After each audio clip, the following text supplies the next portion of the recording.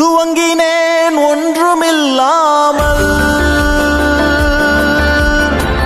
திருப்தியாய் என்னை நிறைத்தீ, நீர் உண்மை உள்ளவர். ஒரு கணவர் இருந்தார். அந்த கணவர் இந்த மனைவியோட பேச்சை அவர் கேட்கவே மாட்டார். மனைவி எவ்வளவு பேசினாலும் என்ன பண்ண மாட்டார், அக்கறை செலுத்த மாட்டார். குடும்பத்து மேல ஒரு அக்கறை இருக்காது, பிள்ளைகள் மேல ஒரு அக்கறை இல்லை. சோ இப்படிப்பட்ட ஒரு கணவராக இருந்து கொண்டே இருந்தார். அப்ப ஒரு நாள் அவர் கிளம்பி வேலைக்கு போயிட்டார். வேலைக்கு போகும்போது அந்த வேலையில உட்காந்து கம்ப்யூட்டர் உட்காந்து நோண்டிட்டு இருக்கும்போது அவர் மனசுக்குள்ள ஒரு குற்ற மனசாட்சி. நம்ம மனைவியை ரொம்ப நாள் அசட்டை பண்ணிக்கிட்டே இருக்கிறோமே, அவ பேச்சை ஒரு நாள் கூட நம்ம கேட்காம இருக்கிறோமே, இனி நம்ம என்ன பண்ணணும், அவருடைய பேச்சை கேட்கணும்னு சொல்லி திடீர்னு ஒரு தீர்மானம் எடுத்து வேலையில ஒரு ஹாஃப் டே பர்மிஷன் போட்டு வீட்டுக்கு வந்தார். வீட்டுக்கு வரும்போது என்ன பண்ணார், நல்ல பொக்கே, சாக்லேட், ஸ்வீட்ஸ், மனைவிக்கு என்னெல்லாம் பிடிக்குமோ அதெல்லாம் வாங்கிட்டு வந்தார். வாங்கிட்டு வந்து காலிங் பெல் அடிச்சு, காலிங் பெல்ல திறந்தோடனே அவர் கையை விரிச்சுட்டு பொக்கையெல்லாம் காட்டி சொன்னார், my dear wife, I love you அப்படின்னாராம். என்னுடைய இருதயத்துக்கு ஏற்றவளே, நான் உன்னை ரொம்ப நேசிக்கிறேன், ஐ லவ் யூ அப்படின்னு சொன்னோன்னே இந்த மனைவி திடீர்னு அதை பார்த்துட்டு தலையில கையை வச்சுட்டு ஓன்னு அழுக ஆரம்பிச்சாலாம். இவருக்கு ஒன்னும் புரியல. அழுதுகிட்டே சொன்னாலா, இன்னைக்கு நாளே சரியில்லை, காலையில எந்திரிச்சேன், பிள்ளைங்க என் பேச்சு கீழ்படியவே இல்லை, அது ஸ்கூல்ல அனுப்புறதுக்குள்ள போதும் போதும் ஆகி போச்சு, சாப்பாடு செய்ய நினைச்சேன், சாப்பாடு ஒழுங்கா வரல, தீஞ்சு போச்சு, அப்புறம் தண்ணி வரலன்னு சொல்லி தண்ணி டேப்பை திறந்தேன், தண்ணி டேப் என்ன பண்ணிடுச்சு, உடஞ்சு போயிடுச்சு. எப்ப பார்த்தாலும் நீ சாயந்தரம் தான் குடிப்ப, இன்னைக்கு காலையிலேயே குடிச்சு வந்து நீ என்ன பண்ணிட்டு இருக்கிற, நீ நேசிக்கிறேன்னு பெண்ணாத்திக்கிட்டு இருக்கிற அப்படின்னு சொல்லி அவர் சொன்னாராம். கேட்கறதுக்கு ஒரு சிரிப்பான சம்பவமா இருந்தாலும் இன்னைக்கு ஆண்கள் வீட்டுல என்ன ஒரு பொறுப்பை நாம் செய்து கொண்டிருக்கிறோம் என்பதை நாம் என்ன பண்ணணும், அறிந்து கொள்ள வேண்டும். குடும்பத்தின் மேல ஒரு அக்கறை இருக்குதா, நான் சம்பாதித்தேன் அதோட என்னுடைய வேலை முடிஞ்சிருச்சு, சம்பாதிச்சு குடிச்சேன்னா எனக்கு குடும்பத்துக்கு எனக்கு என்ன கிடையாது, சம்பந்தம் கிடையாது. என் வீட்டுல மனைவி எப்படி இருக்காங்கன்ற பத்தி எனக்கு கவலை கிடையாது, பிள்ளைங்க எப்படி இருக்காங்க பத்தி கவலை கிடையாது, வீடு எப்படி இருக்குன்ற பத்தி கவலை கிடையாது, வீட்டுல பொருட்கள் இருக்குதான்ற பத்தி கவலை கிடையாது, வீட்டுல இருக்கிறவங்களுடைய ஆரோக்கியத்தை குறித்து கவலை கிடையாது. அப்படின்ற ஒரு வாழ்க்கையை ஆண்கள் என்ன பண்ணக்கூடாது, வாழக்கூடாது. இன்னைக்கு வேதனை அளிக்கக்கூடிய காரியம் என்னவென்றால், இன்னைக்கு எதுவும் விசேஷமாய் கிறிஸ்துவ உலகத்துல இந்த கலாச்சாரம் அதிகமாய் பரவி கொண்டு வருகிறது. ஆண்களுக்கு வீட்டின் மேல ஒரு பிடிப்பு கிடையாது. வேலைக்கு போறோமா அதோட முடிஞ்சு போச்சு, இல்லைன்னா வேலைக்கு போறது கிடையாது. அநேக குடும்பங்களில வீட்டுல இருக்கிற பெண்கள் அவங்க கணவரை குறித்து சொல்கிற காரியங்கள் வருத்தம் அளிக்கக்கூடியதா இருக்கிறது. எடுத்து பார்த்தா என்னன்னா, குடும்பம்னு ஒண்ணு இருக்கு, ஆனா குடும்பத்தோடு தொடர்பு கிடையாது. இதுதான் ஆண்கள்கிட்ட இருக்கிற ஒரு மிகப்பெரிய ஒரு பிரச்சனை. இன்னைக்கு ஆவியானவர், இன்னைக்கு ரட்சிக்கப்பட்ட ஆண்கள் ஆகிய இன்னைக்கு சபையில இருக்க ஆண்களும் சரி, வாலிப பிள்ளைங்க அநேகர் இருக்கிறீங்க, பையங்க, எல்லா பசங்களும் சரி, எல்லா புருஷன்மார்களும் சரி, எல்லா வாலிப பிள்ளைகளும் சரி, நீ அறிந்து கொள்ள வேண்டியது என்னவென்றால், வேதம் நம்ம என்னவாக இருக்க சொல்லுதுன்னா, ஒரு புருஷனாக இருக்க வேண்டும் என்று வேதம் நமக்கு அழைக்கிறது, ஒரு அழைப்பை இடுகிறது. புருஷனா திருமணமான புருஷன் கிடையாது, ஒரு மனிதனாக, ஒரு ஆண் மகனாக நம் வீட்டில் என்ன பண்ண வேண்டும், செயல்பட வேண்டும் என்று சத்திய வேதம் நமக்கு கற்றுக் கொடுக்கிறது. சரிங்களா? இன்னைக்கு பார்க்க இருக்க செய்தியின் தலைப்பு, புருஷனாய் எழும்பு, புருஷனாய் எழும்பு. Rice up like a man, rice up like a man. வாசிக்கலாம். 1 கொரிந்தியர் 16ஆம் அதிகாரம் 13வது வசனம் வாசிங்க. விழித்திருங்கள், விசுவாசத்திலே நிலைத்திருங்கள். விழித்திருங்கள், விசுவாசத்திலே நிலைத்திருங்கள். புருஷராயிருங்கள். பாருங்க என்ன வார்த்தை பயன்படுத்துறார் பாருங்க, புருஷராயிருங்கள், திடன் கொள்ளுங்கள். ஹல்லேலூயா. போன வாரம் யாரை குறித்து பார்த்தோம், பெண்களை குறித்து பார்த்தோம். திருமணமான பெண்களும் சரி, திருமணம் ஆக போற பெண்களும் சரி, சிறு பிள்ளைகளாம் சரி, பெண்களாய் பிறந்தாலே அவங்க எப்படி இருக்கணும் என்று வேதம் நமக்கு என்ன கற்றுக் கொடுத்து, பெண்கள் எப்படி இருக்கணும், ஒரு குணசாலியான ஸ்திரியா இருக்கணும், வீட்டுக்கு ஒரு குணசாலியான ஸ்திரியா இருக்கணும். இன்னைக்கு ஆண்களை பத்தி வேதம் என்ன சொல்லுதுன்னா, எல்லா வசனங்களையும் நான் எடுத்து ஆராய்ந்து பார்த்தேன். அது ஒன்னே ஒண்ணு சொல்கிறது என்ன அப்படின்னா, புருஷனாய் நடந்து கொள். ஒரு ஆண் மகனாய் நீ என்ன பண்ணு, நீ நடந்து கொள்ள வேண்டும். ஆண் மகன்றது கோபம் வர்றதுனால ஆண்மகன் கிடையாது, சம்பாதித்து போறதுனால ஆண்மகன் கிடையாது. குணங்களை வைத்துதான், அவங்களுடைய பொறுப்புகளை வைத்துதான் அவங்களை ஆண்மகன்கள் என்று வேதம் என்னவென்று சொல்கிறது. அதுக்குதான் வார்த்தை, என்ன வார்த்தை பயன்படுத்துது, புருஷனாய் இருங்கள். சொல்லுங்க பார்க்கலாம், புருஷனாய் இருங்க. எல்லா சின்ன பசங்களும் சரி, எல்லா வாலிப பிள்ளைகளும் இதை கவனிங்க. சரிங்களா? இந்த செய்தி ஆண்களுக்கு சொல்லிட்டு பெண்கள் கவனம் இல்லாம இருக்காதீங்க. நீங்க உங்க கணவனை சூஸ் பண்றது எப்படிப்பட்ட கணவனை சூஸ் பண்ணணும், திருமணம் ஆகும்போது இந்த குணங்கள் எல்லாம் இருக்குதான்னு பார்த்துதான் ஒரு வரனை சூஸ் பண்ணணும். இல்லைன்னா நீ யாராவது நேசித்தாயினா இந்த வரங்கள் எல்லாம் இருக்குதான்னு நீ பார்க்கணும் உள்ள, அப்பதான் வாழ்க்கை நல்லா இருக்கும். ஆண் மகன்கள் எல்லாம் நல்லா கவனிங்க. நீங்க இப்பொழுதே இதெல்லாம் நீங்க ஆயத்தப்படுத்திக் கொள்ள வேண்டும் திருமண வாழ்க்கைக்கு முன்பாகவே. திருமணமான நபர்கள் இந்த குணங்கள் எல்லாம் நமக்குள் காணப்பட வேண்டும். இந்த குணங்கள் நமக்குள் காணப்பட்டால் நம்முடைய வீட்டை நம்மளால என்ன பண்ண முடியும்? கட்டி எழுப்ப முடியும். போன வாரம் என்ன பார்த்தோம்? புத்தியுள்ள ஸ்திரீ. வீடை கட்டக்கூடிய பொறுப்பு யார் கையில இருக்கு? ஸ்திரீ கையில இருக்கு. அது எல்லாருக்குமே தெரிஞ்சிருக்கும். ஆனா ஒரு துர்தர்ஷமான விஷயம் என்னன்னா, ஆண்களுடைய பங்கு என்னன்றது அதிக நேரத்துல வந்து தெளிவாய் போதிக்கிறது கிடையாது. ஒரு பெண்ணுக்கு என்ன பொறுப்பு இருக்கு, ஒரு பெண் என்ன பண்ணும், அது என்ன பண்ணும், இது என்ன பண்ணும், எல்லாம் சொல்லிடுறது. ஆனா ஒரு ஆண்கிட்ட கேளுங்க, கிறிஸ்துவ ஆண்கிட்ட போய் கேளுங்களேன், சர்ச்சுக்கு போகணுங்க, வேதம் வாசிக்கணுங்க, இதா இருக்கும். ஆனா அற்புதம் என்னன்னா, வேத சத்தியத்தை ஆராயும் போது பெண்களை விட அதிக பொறுப்பு யார் கையில இருக்கு தெரியுமா? யார் கையில இருக்கு? ஆண்களுக்கு இருக்கு. இன்னைக்கு அந்த வசனத்தை குறித்து நம்ம பார்க்க போறோம். பெண்களை விட குடும்பத்தை நடத்தக்கூடிய மிகப்பெரிய பொறுப்பு அது யார் கையில இருக்கு? ஆண்களுக்கு இருக்கு. போன வாரம் என்ன பார்த்தோம்? பெண்கள் என்ன பண்ணுவாங்க? புத்தியுள்ள பெண்கள் வீடை கட்டுறது வந்து யாருடைய வேலை? பெண்களுடைய வேலை. ஆண்களுடைய வேலை என்ன தெரியுமா? குடும்பத்தை சரியான பாதையில் வழி நடத்துகிறது. நீங்க இந்த ரெண்டு விஷயத்தை நல்லா தெளிவா புரிஞ்சுக்கொள்ளுங்க. இன்னைக்கு பெண்கள் வீடை கட்ட வேண்டிய பொறுப்பை கர்த்தர் பெண்கள் கையில கொடுத்திருக்கிறார். ஆனா கட்டின வீடையும் கட்ட போற வீடையும் குடும்ப வாழ்க்கையும் சரியான பாதையில் அது போகிறதா என்று கண்காணிக்கிற, மேற்பார்வை இடுகிற எல்லா வேலையும் பொறுப்பை யார் கையில வைத்திருக்கிறார்? ஆண்கள் கையில வைத்திருக்காங்க. உங்களுக்கு புரியுற மாதிரி சொல்லணும்னா, ஒரு வீடை கட்டும் போது ஃபர்ஸ்ட் நம்ம யார்கிட்ட போவோம்? யார்கிட்ட போவோம்? ஒரு இன்ஜினியர்கிட்ட போவோம். இன்ஜினியர் என்ன பண்ணுவாரு? வீடுடைய திட்டங்கள் எல்லாம் கொடுப்பார். அதை அவர் யார் கையில கொடுப்பாரு? ஒரு சூப்பர்வைசர் கையில கொடுப்பார். ஏன்னா இன்ஜினியரால எல்லா டைம்லயும் என்ன வர முடியாது, எல்லா வீட்டுக்கு வர முடியாது. அப்ப இந்த சூப்பர்வைசர் யாரை வச்சு வீடை கட்டுவார்? ஒரு கொத்தனாரை வச்சு வீடை கட்டுவார். இதே தான் பைபிள் சொல்லுகிறது. இன்ஜினியர் யாருன்னா நம் தேவனாகிய கர்த்தர். கர்த்தர் உன் வாழ்க்கைக்காக போடுகிற திட்டம் கர்த்தர். சூப்பர்வைசர் யாருன்னா ஆண்கள். வீடை கட்டுறவங்க யாருன்னா பெண்கள். அல்லேலூயா. இப்ப இந்த சூப்பர்வைசரோட வேலை என்ன? இன்ஜினியர் போட்ட திட்டம் அப்படியே வருகிறதா, அந்த இன்ச் கரெக்டா இருக்கா, அந்த வீட்டுடைய அளவு கரெக்டா இருக்கா, அந்த வீட்டுடைய நீளம் கரெக்டா இருக்கா, அந்த வீடு சரியாய் பூசப்பட்டிருக்கிறதா அப்படின்றதை சரியாய் கண்காணிக்கிறதா யாருடைய வேலை? சூப்பர்வைசர். வேதமும் அதான் சொல்லுகிறது. ஆண்கள் எப்படிப்பட்டவர்களா இருக்கணும்னா குடும்பத்தை வழி நடத்துகிற ஆண்களா இருக்க வேண்டும். ஒரு ஆமேன் சொல்லுங்க. இன்னைக்கு உங்களுக்குள், எனக்குள்ளும் உங்களுக்குள்ளும் இருக்க வேண்டிய ஒரு குணம் என்னவென்றால் குடும்பத்தை வழி நடத்துகிற ஒரு ஆண். அதான் இங்க பவுல் அழகாய் சொல்றார் பாருங்களேன். குணங்களை பாருங்களேன். விழித்திருங்கள், விசுவாசத்தில் நிலைத்திருங்கள், புருஷனாய் இருங்கள், திடன் கொள்ளுங்கள். அப்ப இதெல்லாம் என்ன பண்பை கொடுக்குது பாருங்க. இதெல்லாம் பெண்கள்கிட்ட சொல்லல.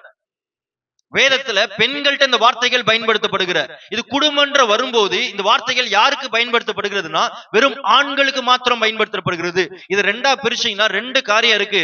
ஒரு ஆண் வந்து எப்படி இருக்கணும்? பொறுப்புள்ள ஆணா இருக்கணும். இன்னொரு பக்கம் ஆண் வந்து ஆவிக்குரிய ஜீவியத்தில் நல்ல ஸ்ட்ராங்கான ஒரு ஆணா இருக்கணும். ரெண்டு பண்புகள் இடத்துல பாருங்களேன். ஒண்ணு வந்து பொறுப்புள்ள ஒரு ஆண். பொறுப்புள்ள ஆண் எப்படி இருப்பான்? விழித்திருப்பான். அடுத்து எப்படி இருப்பான்? புருஷனாய் இருப்பான். அப்புறம் திடன் கொண்டிருப்பான். he will be strong person. எதையும் தாங்கக்கூடிய, எதையும் வழி நடத்தக்கூடிய, வீட்டுல எந்த ஒரு பிரச்சனை வந்தாலும் அதை ஊடுருவி சொல்லக்கூடிய திடன் அவனுக்கு இருக்கும். இன்னைக்கு பசங்களுக்கு இருக்க பிரச்சனை பேருக்கு தான் பசங்க. கல்யாணம் முன்னாடி வரைக்கும் யாருக்கு பின்னாடி போய் மறைஞ்சுக்குவாங்க?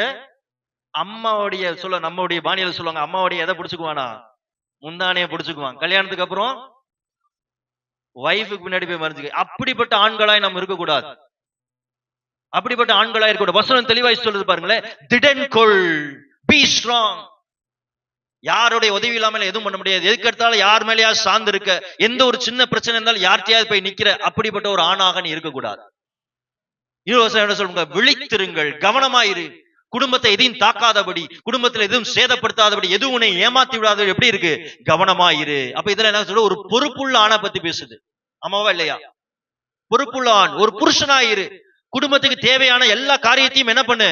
எழும்பி ஒரு புருஷனாய் செய். இதுதான் பவுல் அந்த இடத்துல சொல்லுகிறார். பவுல் அந்த லெட்டர்ல கடைசி எடுத்து பாத்தீங்கன்னா என்ன பண்ணுவார் அப்படின்னா, ஒவ்வொரு அவருடைய லெட்டர்ஸ்லயும் கடைசியா வந்து நன்றி உரை செலுத்துவார், இல்லைன்னா அறிவுரை செலுத்துவார். இங்க வந்து அப்போலோக்கும் தீமோத்தேயுக்கும் அறிவுரை சொல்கிறார். சொல்ல போனா ஆண்களுக்கு அறிவுரை சொல்கிறார். எப்படிப்பட்ட ஆண்களாய்? ஒரு பொறுப்புள்ள ஆணாயிரு. இன்னொரு பக்கம் விசுவாசத்தில் நிலைத்திரு அப்படின்னா ஒரு ஆவிக்குரிய ஆணாக நீரு. இந்த ரெண்டு இருந்தா தான் எதை நடத்த முடியும்? குடும்பத்தை வழி நடத்த முடியும். சில ஆண்கள் ரொம்ப ஆவியில ரொம்ப ஸ்ட்ராங், ஆனா பொறுப்புன்னு வரும்போது நடத்த முடியாது. சில ஆண்கள் வெறும் பொறுப்புல ஸ்ட்ராங், ஆனா எதுல கிடையாது. ஓடி ஓடி வீட்டுக்கு உழைக்கிறது, ஆனா எதுல ஸ்ட்ராங் இல்லாம இருக்கிறீங்க? ஆவியில திடன் இல்லாம இருக்கிறீங்க. இது ரெண்டுமே உங்க வாழ்க்கையில இருந்தாதான் நீ குடும்பத்தை என்ன பண்ண முடியும், சரியாக வழிநடத்த முடியும். அப்ப பவுல் கொடுக்கிற ஆண்களுக்கு கொடுக்கிற ஆலோசனை என்னவென்றால், ஒரு ஆண் எப்படிப்பட்ட ஆணா இருக்கணும், குடும்பத்தை வழிநடத்துற ஆண்கள் பொறுப்புள்ள ஆவிக்குரிய புருஷனாக எழும்ப வேண்டும் என்று பவுல் சொல்கிறார். இன்னைக்கு ஒருவேளை நீ ஒரு சரியான ஒரு ஆணாய் நீ எழும்பவில்லை அப்படி என்றால், இன்னைக்கு ஒரு தீர்மானம் எடுங்க, ஆண்டவரே ஒரு புருஷனாய் நான் எழும்பி இருக்கும். புருஷனா நீ திருமணமானவன் கிடையாது, அந்த மீனிங்ல கிடையாது. இன்னொரு டிரான்ஸ்லேஷன் அழகா இருக்கு, behave like a man, act like a man. எனக்கு ரொம்ப பிடிச்சிருந்துச்சு அது. எப்படிப்பட்ட நபரா இரு, ஒரு ஆணை போல நடந்துக்கோ. உன் வாழ்க்கை முறை எப்படிப்பட்டதா இருக்கு, ஒரு ஆணை போல. ஆண் அப்படியே அடிச்சு அடிச்சு உருட்டுறது கிடையாது. நல்லா கோவம் வருங்க சார், நல்ல சரியான ஆண் பிள்ளை, அதை பத்தி பேசல. நீங்க பின்னாடி பார்க்க போறோம் பொறுப்புகள். இந்த பொறுப்புகளை நீ தவறாமல் இருக்கும் போதுதான் நீ எப்படிப்பட்ட ஆணா எழுத முடியும், ஒரு புருஷனாக எழும்ப முடியும். ஹல்லேலூயா. அப்ப இன்னைக்கு நம்ம கற்றுக்கொள்கிற சத்தியம் என்னவென்றால், நம் குடும்பங்களை வழி நடத்த ஆண்கள் பொறுப்புள்ள ஆவிக்குரிய புருஷனாக எழும்ப வேண்டும். ஹல்லேலூயா. குடும்பத்தை நீங்க வழி நடத்த வேண்டும்னால் நீங்க ஒரு பொறுப்புள்ள ஒரு ஆவிக்குரிய புருஷனாக எழும்ப வேண்டும். அடுத்த கேள்வி, எப்படி? பின்வருகிற ஒரு 6 பொறுப்புகளை நீ தவற விடாமல் இருப்பீங்கன்னா, இந்த 6 பொறுப்புகள் இருந்து நீங்க தவறாமல் இருப்பீங்க என்றால் நீங்க எப்படிப்பட்ட ஆண்களாய் மாற முடியும், உங்க குடும்பத்தை வழிநடத்தக்கூடிய ஒரு பொறுப்புள்ள ஆவிக்குரிய புருஷனாக உங்களால் எழும்ப முடியும். ஹல்லேலூயா. முதல் பொறுப்பு, ஆண்களுக்கு கர்த்தர் கொடுத்த தலையாகிய பொறுப்பு என்ன? முதல் பொறுப்பு என்னன்னா, குடும்ப தலைவனாய் இருக்கும் ஆண். ஃபர்ஸ்ட் ஆணுக்குரிய முதல் பொறுப்பு என்ன என்றால், குடும்ப தலைவனாய் இருக்கும் ஆண். வாசிங்க 1 கொரிந்தியர் 11ஆம் அதிகாரம் 3வது வசனம். ஒவ்வொரு புருஷனுக்கும் கிறிஸ்து தலையா இருக்கிறார் என்றும், ஒவ்வொரு புருஷனுக்கும் கிறிஸ்து தலையா இருக்கிறது போல ஸ்திரீக்கு புருஷன் தலையா இருக்கிறார் என்றும், புருஷன் தலையா இருக்கிறார் என்றும், கிறிஸ்துவுக்கு தேவன் தலையா இருக்கிறார் என்றும், கிறிஸ்துவுக்கு தேவன் தலையா இருக்கிறார் என்றும் நீங்க அறிய வேண்டும் என்று விரும்புகிறேன். நீங்க பவுல் என்ன வார்த்தையை பயன்படுத்துறாரு பாருங்களேன். I want you to know. அத குடும்ப செட்டப், ஒரு குடும்ப செட்டப்ல என்ன ஹையார்கி இருக்குன்னு என்று வேதம் கற்றுக் கொடுக்கிறது என்பதை அந்த கொரிந்து சபை அறிந்து கொள்ள வேண்டும் என்று பவுல் சொல்கிறார். குடும்பத்துல என்ன பேட்டர்ன் இருக்கு பாருங்க. ஆண்டவர் குடும்பத்தை, இது எந்த குடும்பத்தை பத்தி பேசுது? Biblical family. உலக ஃபேமிலியில ஆர்டர்ஸ் மாறி இருக்கலாம். கணவன் ரூல் பண்ணாம யார் ரூல் பண்ணிட்டு இருக்கலாம்? மனைவி ரூல் பண்ணிட்டு இருக்கலாம். இல்லனா மாமியார் மாமனார் ரூல் பண்ணிட்டு இருக்கலாம். இல்லைன்னா திருமணமாயும் உங்களுடைய தாயார் உங்களுடைய அம்மா அப்பா அம்மா ரூல் பண்ணிட்டு இருக்கலாம். குடும்பத்துல கூட பிறந்தவங்க ரூல் பண்ணிட்டு இருக்கலாம். இதெல்லாம் குடும்பம் நீங்கள் கட்டி வைத்த அமைப்பு. ஆனா வேதம் சொல்லுது பாருங்களேன், வேத அமைப்பின்படி ஒரு குடும்பம் எப்படிப்பட்ட ஹையார்கியில இருக்கணும் பாருங்களேன். ஒவ்வொரு புருஷனுக்கும் யார் தலையா இருக்கிறாரா? ஒவ்வொரு ஆணுக்கும் கிறிஸ்து தலையா இருக்கிறார். சரிங்களா? கிறிஸ்துக்கு யார் தலையா இருக்கிறா? பிதா தேவன் தலையா இருக்கிறார். ஸ்திரீக்கு யார் தலையா இருக்கிறா? புருஷன். வீட்டுல இருக்க பெண்களுக்கு தலையா இருக்கிறது யாரு? புருஷன். இப்ப முதல் பொறுப்பு என்னவென்றால், குடும்ப தலைவன் ஆகிய ஆண். இந்த பொறுப்பை விட்டு நீங்க விலகக்கூடாது. இன்னைக்கு இந்த பொறுப்பை விட்டு விலகக்கூடாது. இன்னைக்கு ஒரு ஆண் தான் குடும்பத்தில் பொறுப்பாய் நின்று குடும்பத்துக்கு தலைவனா இருக்க வேண்டியது யாரு? ஒரு ஆண் இருக்கணும். அப்படி ஏத்த மாதிரி அவங்களுடைய லைஃப் ஸ்டைல் இருக்கணும், அவங்க பேச்சு இருக்கணும். ஒரு குடும்பத்தை ஏற்கிறது யாரா இருக்கணும்? ஒரு ஆண் இருக்கணும். மனைவி ஏற்க கூடாது. இல்லைன்னா வீட்டுல இருக்க பெரியவங்க ஏற்க கூடாது. இல்லைன்னா மாமனார் மாமியார் என்ன பண்ணார் ஏற்க கூடாது. அப்படி ஏற்கனீங்க அங்க கிளாஷ் உண்டாகும். ஏன்னா you are contrasting God's pattern for your family. ஏன்னா நீங்க தேவன் வைத்த திட்டத்தை என்ன பண்றீங்க? தேவன் வைத்த ஹையார்கி என்ன பண்றீங்க? உடைக்கிறீங்க. அதை உடைச்சாலே, அதை மாத்தினாலே என்ன ஆகும்? அங்க வந்து it will be a chaos. அங்க ஒரு குழப்பம் உண்டாகும் நிச்சயமா. இது நான் சொல்லல, யார் சொல்லுகிறா? வேதம் சொல்கிறது. இது ஆண்களும் புரிஞ்சுக்கணும், பெண்கள் இதை புரிஞ்சுக்கணும். அதெல்லாம் வசனம் தெளிவாய் சொல்லுது. பெண்களை பார்த்து, மனைவிமார்களை பார்த்து, உன் புருஷனுக்கு என்ன பண்ணுங்க? கீழ்ப்படிங்க. புருஷனுக்கு கீழ்ப்படிங்க. கீழ்ப்படிஞ்சாதான் ஆண் என்னவா இருக்க முடியும்? உங்க வீட்டுல அவர் லீட் பண்ண முடியும். அடுத்த கேள்வி வரும், பைபிளும் ஆண் ஆதிக்கத்தை பத்தி பேசுதா? அதான் இங்க வசனம் அழகாய் சொல்லுகிறது. இது எப்பேற்பட்ட தலை கிடையாது, அடக்கி ஆளுகிற தலை கிடையாது, அப்படிப்பட்ட பவர் கிடையாது. நான் சொல்ற கவனிங்க. புருஷன் வீட்டுக்கு தலையா இருக்கிறதுனால அந்த புருஷன், ஒரு ஆண் என்னனாலும் மனைவிக்கு செய்யலாம், வீட்டுல எவ்வளவு அராஜகனாலும் பேசலாம், எவ்வளவு நாளும் மதிக்காம நடக்கலாம் அப்படின்னு கிடையாது. நான் ஒரு வீட்டுக்கு போயிருந்தேன் விசிட்டிங்க்கு. அப்ப எனக்கு யாருமே கீழே உட்கார்றது பிடிக்காது. ஒரே ஆளதான் ஒரே இடத்துல உட்கார வைக்கணும். அப்ப ஒரு ஐயா உங்க மனைவி ஒரு சேர் இருக்குது, 4-5 சேர் இருக்குது. அப்ப அந்த ஐயாட்ட நான் பேசுறேன், வைஃப் மேல உட்காருன்னு அவர் சொல்ற, அவர் என்கிட்ட பண்ற ரியாக்ஷன், மனைவி எங்கதான் உட்காரணுமா? அந்த ஆதிக்கத்தை பத்தி பேசல. நான் தான் வீட்டுக்கு தலை, நீ உட்காரு கீழே. அந்த ஆதிக்கத்தை பத்தி பேசல. இங்க எப்பேற்பட்ட தலையை வைத்து பேசுறதுதான். அதான் ஆண் வந்து ஆணுக்கு தலை யாரு? கிறிஸ்து. வாசிங்களே எபேசியர் 5:23. எப்படிப்பட்ட லீடர்ஷிப் பத்தி பேசுது பாருங்க. 5:23. கிறிஸ்து சபைக்கு தலையா இருக்கிறது போல, கிறிஸ்து சபைக்கு தலையா இருக்கிறது போல புருஷனும் மனைவிக்கு தலையா இருக்கிறார். புருஷனும் மனைவிக்கு தலையா இருக்கிறான். இந்த ஹெட்ஷிப் வந்து எதோட கம்பேர் பண்றாரு பாருங்க. எப்படி இயேசு சபைக்கு தலை யாரு? இப்ப நம்ம சர்ச்சுக்கு வரோம், ஆராதனைக்கு வரோம். இப்ப இங்க யார ஆராதிக்க வரோம்? நாம் இந்த சபையை நடத்துறோமா? கர்த்தர் நம்ம சபையை நடத்துறாரா? அவர் நம்ம நடத்துறார். இந்த ஒப்பீட கொண்டு வர்றாரு பாருங்களேன். கிறிஸ்து எப்படிக்கு சபைக்கு தலையா இருக்கிறாரோ அதே போல ஆண்கள் புருஷர்கள் யாருக்கு தலையா இருக்கிறாங்க? மனைவிமார்களுக்கு தலையா இருக்கிறார்கள். இன்னைக்கு அதை புரிஞ்சுக்கணும்.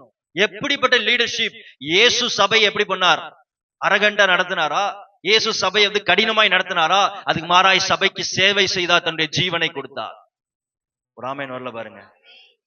அப்ப கர்த்தர் உங்களுக்கு ஒரு தலையாய பொறுப்பை கொடுத்திருக்கிறார்னா, நீங்க இஷ்டத்துக்கு மனைவியை ஆட்டி படைக்கவோ இல்லைன்னா பிள்ளைகளை ஆட்டி படைக்கவோ நான் சொல்றத சட்டம் சொல்றது கிடையாது. கர்த்தர் யாருக்கு உதாரணமா இதை சொல்கிறார்? கிறிஸ்து சபையை நடத்தினது போல நீ உன் வீட்டை நடத்து. அப்படிப்பட்ட தலைமைத்துவம் உனக்கு உண்டாகட்டும். அப்படின்னா என்ன? அன்புல நடத்து, பணிவுல நடத்து. இயேசு கால்களை கழுவினார், இயேசு மன்னித்தார், இயேசு தன்னுடைய ஜீவனே சபைக்காக கொடுத்தார். அப்படிப்பட்ட ஆணா இருக்கணும். ஃபர்ஸ்ட் பொறுப்பு என்ன தெரியுமா? இப்ப வீட்டுக்கு யாரு தலை? வீட்டை யாரு நடத்தணும்? ஒரு ஆண் தான் வீட்டை நடத்தணும். அது ரொம்ப அது புரிஞ்சு கொள்ளணும், அதை புரிந்து கொள்ளணும். மனைவிமார்கள் அதுக்கு ஒத்துழைக்கணும். நான் கீழ்ப்படுறேங்க. இது எதனால? அன்பினால. சபை ஏன் கிறிஸ்துக்கு கீழ்ப்படிஞ்சு? ஏன்னா இயேசு தன்னுடைய உயிரே கொடுத்து நேசித்ததுனால அந்த அன்பின் வெளிப்பாடா என்ன பண்ணுது? சபை இயேசு கிறிஸ்து அடிச்சுவட்டுகளை பின்பற்றுகிறது. நீ அன்பில வீட்டை நீங்க ஆளுற ஒரு ஆணா இருப்பீங்கன்னா மனைவிமார்கள் உங்களை அழகா உங்க பேச்சு கீழ்ப்படுகிறவளா இருப்பாங்க. அல்லேலூயா, அல்லேலூயா. அடுத்த கேள்வி வருது. இப்ப வீட்டுல ஒரு 2 பேர் வேலை செய்யறாங்க. 2 பேர், ஏன்னா இப்ப இருக்க காலங்கள் மாறி போச்சு. அப்ப நான் யாரு நான் இது போனேன்? ஏன்னா நிறைய இடத்துல கிளாஷ் ஆகுதுல்ல. நானும் சம்பாதிக்கிறேன். இன்னைக்கு டிபேட்ஸ்ல எடுத்து பாத்தீங்கன்னா, ஏன் ஆணும் பெண்ணும் சமம்? கரெக்ட் தான், சமம் தான். ஆனா ரோல்ஸ் வைஸ்ல யார் தான் நடத்த முடியும்? கர்த்தர் அந்த பொறுப்பை யாருக்கு தான் கொடுத்திருக்கிறார்? ஆண்டவர். வேதத்துல எங்க எடுத்து பார்த்தாலும் இன்னொரு இடத்துல வசனம் சொல்லுது, முதலாவது யாரை தான் உண்டாக்கினார்? ஆதாமல உண்டாக்கினார். அடுத்துதான் என்ன பண்றார்? ஆதாமல இருந்துதானே ஏவாளை உண்டாக்கினார். இன்னைக்கு இந்த பேட்டர்னை நீங்க புரிஞ்சு கொள்ளணும். பைபிள் வந்து ஆணாதிக்கத்தை பத்தி பேசல. பைபிள் வந்து ஒரு சமமான சிஸ்டம் வேணும்னா அங்க என்ன இருக்கணும்? அங்க என்ன இருக்கணும்? ஒருத்தவர் இந்த வீட்டை நடத்தணும். அதை பத்தி தான் சபை பைபிள் வந்து பேசு.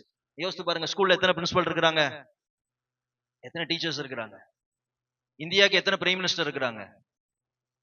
யோசிச்சு பாருங்க. இதெல்லாம் கர்த்தர் கொடுத்திருக்காரு. இதெல்லாம் எதை குறிக்குது? இந்த இடத்துல 2 தலைமைத்துவம் இருந்தா என்ன ஆகும்? ஆட்டோமேட்டிக்கா கிளாஷ் ஆகும். இன்னைக்கு அந்த பெண்கள் புரிஞ்சு கொண்டு உங்க ஆண்களுக்கு என்ன பண்ணணும்? உங்க கணவருக்கு இந்த லீட் பண்ணக்கூடிய பொசிஷனை கொடுக்கணும். லீட் பண்ண பொசிஷனை கொடுக்கறதுனால நீங்க தாழ்ந்து போகல, உங்க குடும்பத்தோட சமநிலையை கொண்டு வரீங்க. அதே போல ஆண்கள் என்ன பண்ணணும்? பொறுப்பை யார் கையில வைக்கணும்? அது உங்களுக்கு கர்த்தர் கொடுத்தது. கர்த்தர் அது உங்களுக்கு கொடுத்த பொறுப்பு. ஒரு புருஷனாய் நீ இருப்பாய் என்றால் குடும்ப காரியத்தை எடுத்து நிறுத்துற நபராய் இருப்பான். அந்த பவரை தூக்கி மனைவிட்ட கொடுக்க மாட்டீங்க. அந்த பவரை தூக்கி உங்க வீட்டுல இருக்க மத்தவங்கிட்ட கொடுக்க மாட்டீங்க. சொல்ல எத்தனை பேர் புரிகிறது? ஒரு புருஷனாய் எழும்ப வேண்டும் என்று வேதம் நமக்கு கற்றுக் கொடுக்கிறது. ஹல்லேலூயா, ஹல்லேலூயா. 1 தீமோத்தேயு 2:11 பாருங்க. ஸ்திரீயானவள் எல்லாவற்றிலும் அடக்கமுடையவளாயிருந்து அமைதலோடு கற்றுக்கொள்ள கடவள். அடுத்து உபதேசம் பண்ணவும் புருஷன் மேல் அதிகாரம் செலுத்தவும் ஸ்திரீயானவளுக்கு. பாருங்க, பவுல் தெளிவாய் சொல்றாரு பாருங்களேன். புருஷனுக்கு உபதேசம் பண்றதும் புருஷன் மேல் அதிகாரம் செலுத்துறதும் ஸ்திரீயானவளுக்கு நான் உத்தரவு கொடுக்கவில்லை. அவள் எப்படி இருக்கணும்? அமைதலாய் சாந்தத்தோடு இருக்கணும். நீங்க ரொம்ப கவனமா இருக்கணும். பெண்கள் புருஷர்மார்களை எப்படி நடத்தணும்? அவங்களுக்குரிய கனத்தை கொடுத்து நடத்தணும். அவங்க மேல் அதிகாரம் செலுத்தி கொண்டிருக்க கூடாது. அது வேதம் தெளிவாக என்ன பண்ணுகிறது? அதை மறுக்கிறது. நீங்க அதிகாரம் செலுத்த ஆரம்பிச்சிட்டீங்கன்னா உங்க புருஷன் மேல இருக்கிற கனம் குறைஞ்சிரும். சொல்றவங்க புரியுதா இல்லையா? சொல்ல எத்தனை பேர் புரியுது? இதெல்லாம் ஆண்டவர் நம்ம குடும்பத்துக்கு கொடுக்கிற ஆலோசனை. இதை கடைபிடித்தீங்கன்னா நம்ம குடும்பம் எப்படிப்பட்டதா இருக்கும்? ஒரு ஒரு வெற்றியுள்ள குடும்பமா இருக்கும். வசனம் அழகாய் சொல்லுது பாருங்க. உபதேசம் பண்றதும் அப்படின்னா என்ன? பெண்கள் வாயை திறக்க கூடாதா? போன வாரம் என்ன பார்த்தோம்? குணசாலி ஸ்திரீ வாயை திறக்கும் போது எப்படிப்பட்ட வார்த்தை வருது அவன் வாயிலிருந்து? ஞானம் உள்ள வார்த்தை. பைபிள் கான்ட்ரடிக்ட் பண்ணுதா? இல்ல இல்ல. அவ குடும்பத்துக்குரிய ஆலோசனை எல்லாத்தையும் கொடுக்கலாம். ஆனா டிசிஷனை எடுக்கிறது யார் கையில கொடுக்கணும்? ஒரு ஆண் கையில கொடுக்கணும். அதான் ஒரு புத்திசாலியுடைய பெண்ணுடைய அழகு. ஒரு ஆணுடைய அழகு என்ன அழகு அப்படின்னா, உங்களை என்ன பண்ணக்கூடாது, உபதேசம் பண்றதுக்கும் அப்படின்னா என்ன, நான் சொல்றதா இங்க நான் சொல்றதா நீ நடத்தணும் அப்படின்னு யாருமே நீங்க நடத்துற ஒரு ஆணா இருக்க கூடாது. அப்படி அந்த விட்டு நீங்க இழந்துட்டீங்கன்னா நீ புருஷனா இல்ல. நீ பிஹேவ் லைக் எ மேன். ஒரு புருஷனாய் நீ எழும்பு. கர்த்தர் சொல்கிற வார்த்தை உனக்கு. அல்லேலூயா. பாருங்க, புருஷன் மேல் அதிகாரம் செலுத்த ஸ்திரீகளுக்கு உத்தரவு கொடுக்கவில்லை. புருஷன் மேல் அதிகாரம் செலுத்தாதீங்க. அது ரொம்ப முக்கியம். அநேக குடும்பங்கள்ல இது காணப்படுகிறது. அதிகாரம் செலுத்துற பழக்கங்கள் அது இருக்கக்கூடாது. அல்லேலூயா. அப்ப ஒரு ஆணாக எழும்ப வேண்டும் என்றால் முதல் பொறுப்பு வீட்டுக்கு தலை யாரா இருக்க வேண்டும்? ஒரு ஆணாக இருக்க வேண்டும். அதான் கர்த்தர் கொடுத்த பேட்டர்ன். அல்லேலூயா. அதுக்கு மனைவிமார்கள் என்ன பண்ணணும்? அதை முன்னின்று நடத்த வழி கொடுக்கணும். யோசித்து பாருங்களேன், நம்ம கிறிஸ்துவ நடத்தினா எப்படி இருக்கணும் வாழ்க்கை? யோசித்து பாருங்க, நல்லா இருக்குமா? ஒரு ஸ்டூடெண்ட் டீச்சரை நடத்தினா எப்படி இருக்கும்? அதான் இந்த இடத்துல உள்ள கம்பாரிசன். சொல்ல உங்களுக்கு புரியுதா? It's mutual submission. எபேசியர் 5:21 பாருங்க. தேவ பக்தியோடு ஒருவருக்கொருவர் கீழ்ப்படிங்கள். யானை மேல தூக்கி வைக்கல, பெண்களை கீழே போட்டு தாழ்த்தல. வசனத்தை தெளிவா புரிஞ்சுக்கணும். தேவ பக்தியோடு, because you fear the God, நீ என்ன பண்ணுங்க? ஒருவருக்கு ஒருவர் கீழ்ப்படிங்கள். இந்த கீழ்ப்படிதல் எப்படி இருக்கணும்? ஆணை குடும்பத்தை நடத்த, பெண் அதுக்கு கீழ்ப்படிதல். ஆண்களை நீங்க நடத்துங்கன்னு சொல்றதே ஒரு கீழ்ப்படிதல், தெரியுமா? அது ஒரு virtue. பக்கத்துல பெண்களை பார்த்து சொல்லுங்க, என் கணவன் என் வீட்டுக்கு தலையா இருக்கட்டும், அதுக்கு நான் இடம் கொடுக்கிறேன்னு சொல்றது ஒரு நல்ல குணம். அது ஒரு குணசாலியான ஸ்திரீ. அது எத்தனை பேர் புரிகிறது? அல்லேலூயா. எனக்கு பல வருஷங்களுக்கு முன்னாடி ஒரு நாள் டிவி பார்த்துட்டு இருந்தேன். இன்னும் ஞாபகம் இருக்குது. ஒரு டிபேட்ல எனக்கு இன்னும் அது அப்படியே ஆழமாய் பதிஞ்சது ஒரு விஷயம். அப்ப ஹவுஸ் வைஃப் கேள்விப்பட்டிருப்போம், ஹவுஸ் ஹஸ்பண்ட். இதான் டிபேட். இந்த பக்கம் ஹவுஸ் ஹஸ்பண்ட் இருக்கிறாங்க, இந்த பக்கம் வேலைக்கு போற பெண்கள் இருக்கிறாங்க. அதுல ஒரு நபர் எனக்கு சொன்னது இன்னும் அவர் பேஸ் எல்லாமே எனக்கு ஞாபகம் இருக்குது. அவர் காலையில 6 மணிக்கு எஞ்சி டீ போட்டுருவாராம். பிள்ளைகளுக்கு எல்லாம் இட்லி எல்லாம் செஞ்சு சாப்பாடு தண்ணி என்ன பண்ணி பேக் பண்ணி வைஃபை வேலைக்கு அனுப்பிவிட்டு வீட்டுல பாத்திரத்தை விளக்கி துணியை துவைச்சு வீடை கூட்டி தொடச்சு எல்லாம் பண்ணிடுவாராம். ஈவினிங் வரப்ப பிள்ளைங்க வரும்போது பிள்ளைங்களை கூப்பிட்டு அதை இது பண்ணி எல்லாத்தையும் பண்ணி நைட்டு உணவு சட்னி இதெல்லாம் செஞ்சு இது பண்ணிடுவாராம். இது தப்பு கிடையாது ஆக்சுவலா. ஆனா அந்த டிபேட்ல நடக்கும்போது பக்கத்துல உங்க மனைவிமார்களே இருக்கிறாங்க. இவங்க மனைவி பேசிட்டே இருக்க, மனைவி பேச ஆரம்பிச்சா இவர் அமைதியாயிடுறாரு. உங்களுக்கு விஷயம் புரியுதா அந்த இடத்துல? அப்ப இங்க வாய்ஸ் யாரு? மனைவி. எனக்கு ஆச்சரியம் என்னன்னா, அதுக்கு ஒரு 20 பேர் உட்கார்ந்துருக்காங்க அந்த பக்கம். இன்னைக்கு சமுதாயம் எப்படி மாறிடுச்சு பாருங்க. அந்த இதை பேசுறதுக்கு 20 பேர் உட்கார்ந்துருக்கான். வேதம் குடும்ப பொறுப்புகளை சேர்ந்து செய்ய சொல்றது, அதை பத்தி தப்பு கிடையாது. ஆனா செய்யறதுனால எது போயிடக்கூடாது? கர்த்தர் உனக்குன்னு கொடுத்த, ஆணுக்குன்னு கொடுத்த, புருஷனுக்கு கொடுத்த அந்த தலையாயி அந்த கடமை நீ யார்கிட்ட கொடுத்துட கூடாது. அப்படின்னா என்ன? கர்த்தர் உன்னை ஆணாக அபிஷேகித்ததை நீ என்ன பண்ற? நிராகரிக்கன்னு அர்த்தம். அது பொறுப்பு. சொல்றவங்க புரியுதா உங்களுக்கு? அது ஒரு பொறுப்பு. நீங்க ஆண்கள் கவனமா இருக்கணும். இன்னைக்கு ஒரு நல்ல ஒரு புருஷனாய் நீ எழும்ப வென்றால் குடும்பத்துக்கு தலையாக நீ என்ன பண்ணணும்? எழும்பி நிற்க வேண்டும். அடுத்து 2வது பாருங்களேன். ஒரு குடும்பத்தை வழிநடத்த ஆண்கள் பொறுப்புள்ள ஆவிக்குரிய புருஷனாக எழும்ப வேண்டிய 2வது பொறுப்பு என்ன அப்படின்னா, கரைத்திரை நீங்கி பரிசுத்தமாக்கும் ஆண். அடுத்து என்ன பாருங்க? கரைத்திரை நீக்கி பரிசுத்தமாக்கும் ஆண். வாசிங்க எபேசியர் 5:25 வாசிங்க. புருஷர்களே, உங்கள் மனைவிகளில் அன்பு கூறுங்கள். பாருங்க, மனைவியில் அன்பு கூறு. அப்படியே கிறிஸ்துவும் சபையில் அன்பு கூர்ந்து தாம் அதை திருவசனத்தை கொண்டு தண்ணீர் மூழ்கினால் சுத்திகரித்து பரிசுத்தமாக்குறதற்கு கரைத்திரை முதலானவைகளை ஒன்றுமில்லாமல் பரிசுத்தமும் பிழையற்றதுமான மகிமையுள்ள சபையாக அதை தமக்கு முன் நிறுத்திக் கொள்வதற்கும் தம்மை தாமே அதற்காக ஒப்பு கொடுத்தார். கிறிஸ்து சபையில் அன்பு கூர்ந்தார். அடுத்து பவுல் சொல்லுகிறார் பாருங்களேன், என்ன சொல்றார்? அதே போல புருஷன்மார்களே மனைவி மேல என்ன பண்ணு? அன்பு கூர்ந்து நேசிக்கிறது எப்பேற்பட்ட நேசமா? அடுத்த வசனம் சொல்லுது, எப்பேற்பட்ட நேசம்?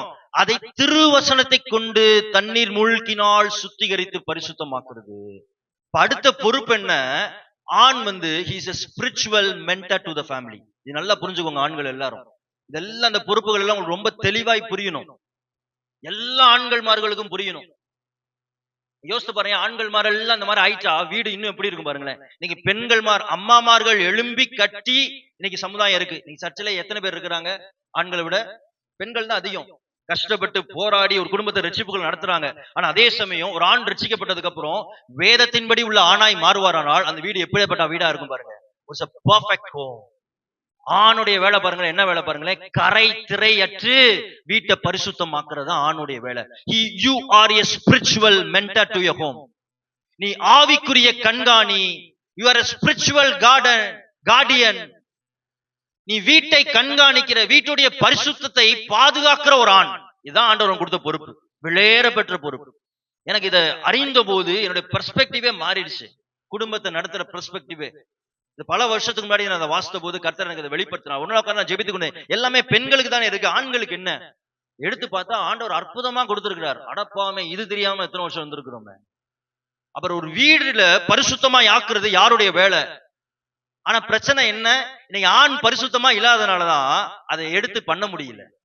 ஆண் ஒரு குடியில அகப்பட்டுறது, இல்லைன்னா ஏதாவது ஒரு பொறுப்பற்றதா இருந்துறது, இல்லைன்னா பின்வாங்கி போயிடுறது. இந்த மாதிரி இருக்கிறதுனால அந்த இடம் வந்து என்ன ஆயிடுது, வேக்கண்ட் ஆயிடுது. அம்மாமார்கள் கஷ்டப்பட்டு கட்டிட்டு இருக்கிறாங்க. கட்டலாம், ஒரு கொத்தனாரால கூட வீடை கட்டலாம். ஆனா அந்த வீடு எப்ப பெர்ஃபெக்டா வரும்? ஒரு இன்ஜினியர் இருந்து, ஒரு சூப்பர்வைசர் இருந்து மேற்பார்வையில கட்டும் போதுதான் ஒரு வீடு சூப்பரா வரும். நீ தேவ பிள்ளைகளே, ஆண்களே, உங்களுடைய பொறுப்புகளை நீ புரிந்து கொள்ளுங்கள். You are a spiritual mentor to your family. நீங்க இருக்கிற பெண்கள் மாரெல்லாம் ஜெபிங்க. என்னுடைய கணவன் என்னுடைய புருஷனை இப்படிப்பட்ட ஒரு புருஷனாய் மாத்துங்க. எனக்கு வசனம் ரொம்ப பிடிச்சிருந்துச்சு. நேசிக்கிறான், கிறிஸ்து சபையை நேசித்தார். நீ என்ன பண்ணு, உன் மனைவியை நேசி. எப்படி அந்த நேசம்? வீட்டுல என்ன தப்பு இருந்தாலும், வீட்டுல எவ்வளவு போராட்டங்கள் இருந்தாலும், வீட்டுல எவ்வளவு வன்மம் இருந்தாலும் அதை வச்சு நேசிக்கிற அன்பு கிடையாது. எப்பேற்பட்ட அன்பு பாருங்க. அதை திருவசனத்தை கொண்டு, அப்படின்னா வசனத்தின்படி மனைவிமார்களை மாத்தணும், பிள்ளைகளை மாத்தணும். வசனம் எத்தனை பேர் புரியுது? வீட்டுல ஒரு குழப்பம் இருக்கு, வீட்டுல ஒரு வஞ்சகத்தன்மை இருக்கு, வீட்டுல ஒரு பொறாமை இருக்கு, வீட்டுல ஒரு சண்டை இருக்கு. மனைவிமார் வந்து வீட்டுல சண்டையை கொண்டு வராங்க, ஏன்னா பிள்ளைங்க வந்து வீட்டுல அடங்காம இருக்கிறாங்க. இதை ஒரு ஆண் பாக்குறாருன்னா பார்த்துட்டு என்ன பண்ணக்கூடாது? அமைதலா இருக்கக்கூடாது. நீ ஆவிக்குரிய ஆணா இருப்பாயானால் எதை பண்ணுவீங்க? அன்பு கூறுவீங்க, மனைவி அன்பு கூறுவ. அந்த அன்பு எப்படிப்பட்ட அன்பு? சகித்து கொண்டிருக்கிறது கிடையாது, கரை திரையற்று அவளை பரிசுத்தமாக்குற ஒரு அன்பு. இதுதான் ஆணுடைய இரண்டாவது பொறுப்பு. நான் சொல்றேன், எத்தனை பேர் புரியுது? நான் ஜெபிக்கிறேன், இங்க இருக்கிற வாலிப பிள்ளைகள் முதற்கொண்டு, ஆண்கள் முதற்கொண்டு நம்ம சபை இப்படிப்பட்ட ஒரு ஆண்களை நிறைந்த சபையா எழும்பட்டும். அல்லேலூயா. அதான் வசனம், சத்தியத்தை அறிவீர்கள், சத்தியம் உங்களை விலகும். Know the truth and the truth shall set you free. சத்தியம் தான் உன்னை விடுதலையாக்கும். நீ சத்தியம் என்னன்னா, நீங்க ஆண்களுடைய பொறுப்பு என்ன தெரியுமா? You are a spiritual mentor. உன் மனைவீட்டில் இருக்க கரைகள், உன் மனைவீட்டில் இருக்க குறைகள், உன் மனைவீட்டில் இருக்க மூர்க்கங்கள், உன் மனைவீட்டில் இருக்கிற பிரிவினை ஆவிகள், உன் மனைவிக்குள்ள ஏதாவது வஞ்சக ஆவி இருக்குதா? பிள்ளைகளுக்குள்ள எது தேவையில்லாத ஆவி இருக்கா? வீட்டுல பெரியவங்களுக்குள்ள தேவையில்லாத ஒரு ஆவி இருக்குதா? மாமியார், மருமக, இவங்கெல்லாம் இருக்குதா? இதெல்லாம் ஐடென்டிஃபை பண்ணிட்டு எப்படிப்பட்ட ஆணா இருக்கக்கூடாது. ஒரு புருஷனா இருப்பாய்னா எப்படி இருப்பாய்? அதை எழும்பி வசனத்தை கொண்டு, வசனத்தின்படி வாழ்கிற ஒரு வாழ்க்கை. அடுத்து என்ன? தண்ணீர் மூழ்கினால் சுத்திகரித்து பரிசுத்தாவுடைய அபிஷேகத்தை கொண்டு வந்து என்ன பண்ணும்? ஆண்டவரே, என் மனைவியை சுத்திகரிச்சேன், இப்ப என்ன பண்ணுங்க? anoint her with the power of the Holy Ghost. பரிசுத்தாவுடைய அபிஷேகத்தால் அவள் நிரப்புங்க. மறுபடியும் இந்த பாவத்தை எதிர்த்து பலன் அவளுக்குள்ள வரட்டும், பிள்ளைகளுக்குள்ள வரட்டும். வசனம் தெளிவாக சொல்லுது பாருங்க. இதெல்லாம் எதுக்கு பண்றாரு பாருங்க? சுத்திகரித்து பரிசுத்தமாக்கு. பானுடைய வேலை என்ன? மனைவிய, வீட்டுல இருக்க நபர்களை என்ன பண்றது? சுத்திகரித்து பரிசுத்தமாக்க வேண்டும். நீங்க அந்த பொறுப்பை நல்லா புரிஞ்சுக்கொள்ளுங்க. அடுத்த வசனம் பாருங்களேன், கரை திரை. எனக்கு இந்த வார்த்தை ரொம்ப புரிஞ்சு. கரை திரைகள் ஒன்றும் இல்லாமல் பரிசுத்தமும் பிழையற்றதும் இங்கிலீஷ் அழகா இருக்கும், without stain and wrinkle. கரை திரை, ஒரு சின்ன கரை கூட இல்லாம, ஒரு சின்ன சுருக்கம் கூட இல்லாம என்ன பண்ணு? பரிசுத்தமும் பிழையற்றதுமாய் மகிமையுள்ள சபையாக நிப்பாட்டணும். யாருக்கு முன்னாடி? இயேசு கிறிஸ்துக்கு முன்னாடி போய் குடும்பத்தை போய் நிப்பாட்டணும். என் குடும்பத்தை பாருங்க ஆண்டவரே, என் மனைவியை பாருங்க, என் பிள்ளைகளை பாருங்க, ஒரு கரை கூட கிடையாது, பரிசுத்தமாய் முழுமையாய் கொண்டு நான் நிப்பாட்டி இருக்கிறேன். இது யாருடைய பொறுப்பு? ஆண்களுடைய பொறுப்பு. இன்னைக்கு பிசாசு பாத்தீங்களா? அதனாலதான் யார கைய வச்சுட்டான். பெண்கள் ஈஸியா ரசிக்கப்பட்டுருவாங்க. யார உள்ள கொண்டு வர்றது கிடையாது, ஆண்களை உள்ள கொண்டு வர்றது கிடையாது. கொண்டு வந்தாலும் சத்தியத்தை அறிய விடாதபடி என்ன பண்ணுகிறது? அடக்கி வைத்துக் கொள்கிறது. இன்னைக்கு ஜெபிங்க, இதெல்லாம் உடையும். ஹல்லேலூயா. கர்த்தருடைய வலதுகரம் என்ன பண்ணும்? பராக்கிரமம் செய்யும். எத்தனை பேருடைய வீட்டுல தான் நடக்கணும்? ஹல்லேலூயா, ஹல்லேலூயா. அடுத்த வசனம் பாருங்களேன். ஆண்கள் எப்படிப்பட்ட ஆண்களா இருக்கணும் பாருங்களேன். அப்படியே 1 தீமோத்தேயு 2:8 வாசிங்க. 1 தீமோத்தேயு புருஷர்கள் கோபமும் தர்க்கமும் இல்லாமல் பாருங்க, புருஷர்கள் எப்படி இருக்கணும் பாருங்க. நீங்க குடும்பத்தை பரிசுத்தப்படுத்த வேண்டும் என்றால் எப்படிப்பட்ட குணம் உங்களுக்குள்ள இருக்க கூடாது? கோபமும் தர்க்கம், சண்டை பண்ணுகிறது இல்லாமல் பரிசுத்தமான கைகளை உயர்த்தி எல்லா இடங்களிலும் ஜெபம் பண்ண விரும்புகிறேன். ஆணுடைய அடுத்த ஓட்டம் எப்படி இருக்கணும்? நீங்க வீட்டை பரிசுத்தமாக்கணும்னா நீங்க எப்படி ஆயிடணும்? உங்களுக்குள்ள கோபம், தர்க்கம் பண்றது, சண்டை போடுறது, எதுக்கு எடுத்தாலும் சண்டை போடுறது, இதெல்லாம் தூக்கி போட்டுட்டு எல்லா இடத்துலயும் கூச்சப்படாம கையை தூக்கி தேவனோடு ஜெபிக்கிற ஒரு குணம் உங்களுக்குள்ள இருக்குன்னா கர்த்தர் உங்களை இப்படிப்பட்ட ஒரு ஆணா எழுப்புவார். ஹல்லேலூயா, ஹல்லேலூயா. நோட் பண்ணி வச்சுக்கோங்க. டைம் ஆனதெல்லாம் எபேசியர் 6:4. உங்க பிள்ளைகள் மேல் என்ன பண்ணாதீங்க? கோபம் கொள்ளாதீங்க. அதுக்கு மாறா என்ன பண்ணுங்க? தேவ பக்தியிலையும் ஞானத்திலையும் வழங்கன்னு சொல்லி பிதாக்களுக்கு சொல்லுகிறார். அப்படின்னா என்ன? ஆண்களுக்கு ஆண்டவர் என்ன சொல்றார்? மனைவியை மாத்திரம் கிடையாது, அடுத்து யாரை நீ வளர்க்கணும்? உன் பிள்ளைகளை கோபப்படுத்தாதீங்க. நீங்க பிள்ளை வளர்க்குறேன் அப்படின்னு சொல்லி பிள்ளைகளை கோபப்படுத்த கூடாது. நான் நிறைய இடத்துல பார்த்திருக்கேன். பிள்ளை அதை பண்ண மாட்டேங்க, எதை பண்ணீங்க, ஐயா அப்படி இருப்பாரு, எல்லா பாவத்தையும் செஞ்சு ஜாலியா வாழுவாரு. ஆனா பிள்ளைக்கு மட்டும் என்ன? Full restriction. இதை பார்க்க கூடாது, அதை பார்க்க கூடாது, அங்க போக கூடாது, இங்க போக கூடாது. ஆனா ஐயாவை பார்த்தா ஐயா எல்லா பாவத்தையும் செஞ்சு வாழ்ந்துட்டு இருப்பாப்புல. அப்படிப்பட்ட ஒரு ஆணாய் நம்ம என்ன பண்ணக்கூடாது? காணப்படுற புருஷனாய் எழும்ப வேண்டும். புருஷனாய் எழும்புறது என்ன? ரெண்டாவது குணம் என்ன? ரெண்டாவது குணம் வரும்போது கரை திரையற்று நீக்கிற ஒரு ஆண் தான் ஒரு புருஷனாய் எழும்ப முடியும். ஹல்லேலூயா. அடுத்து மூணாவது பாருங்க. அடுத்து புருஷனாய் எழும்பக்கூடிய மூணாவது பொறுப்பு என்ன பாருங்களேன்?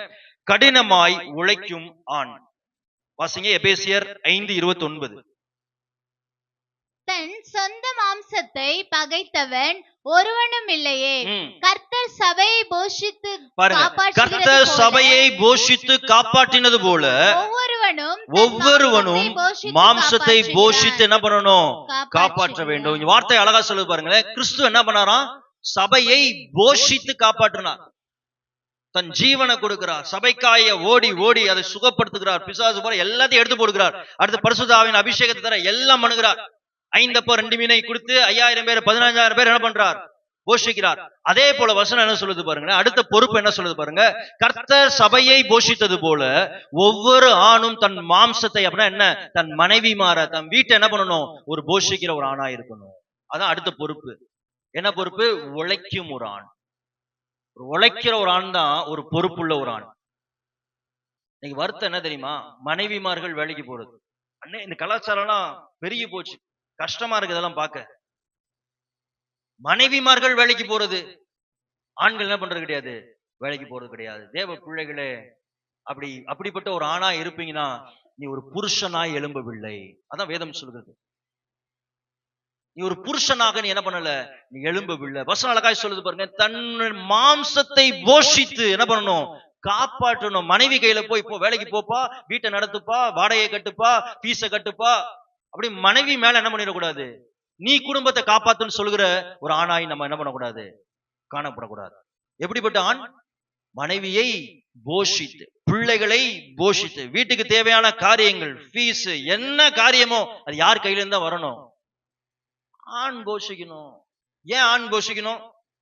ஆதியாகமம் 2:15 பாருங்க. ஆதியாகமம் 2:15.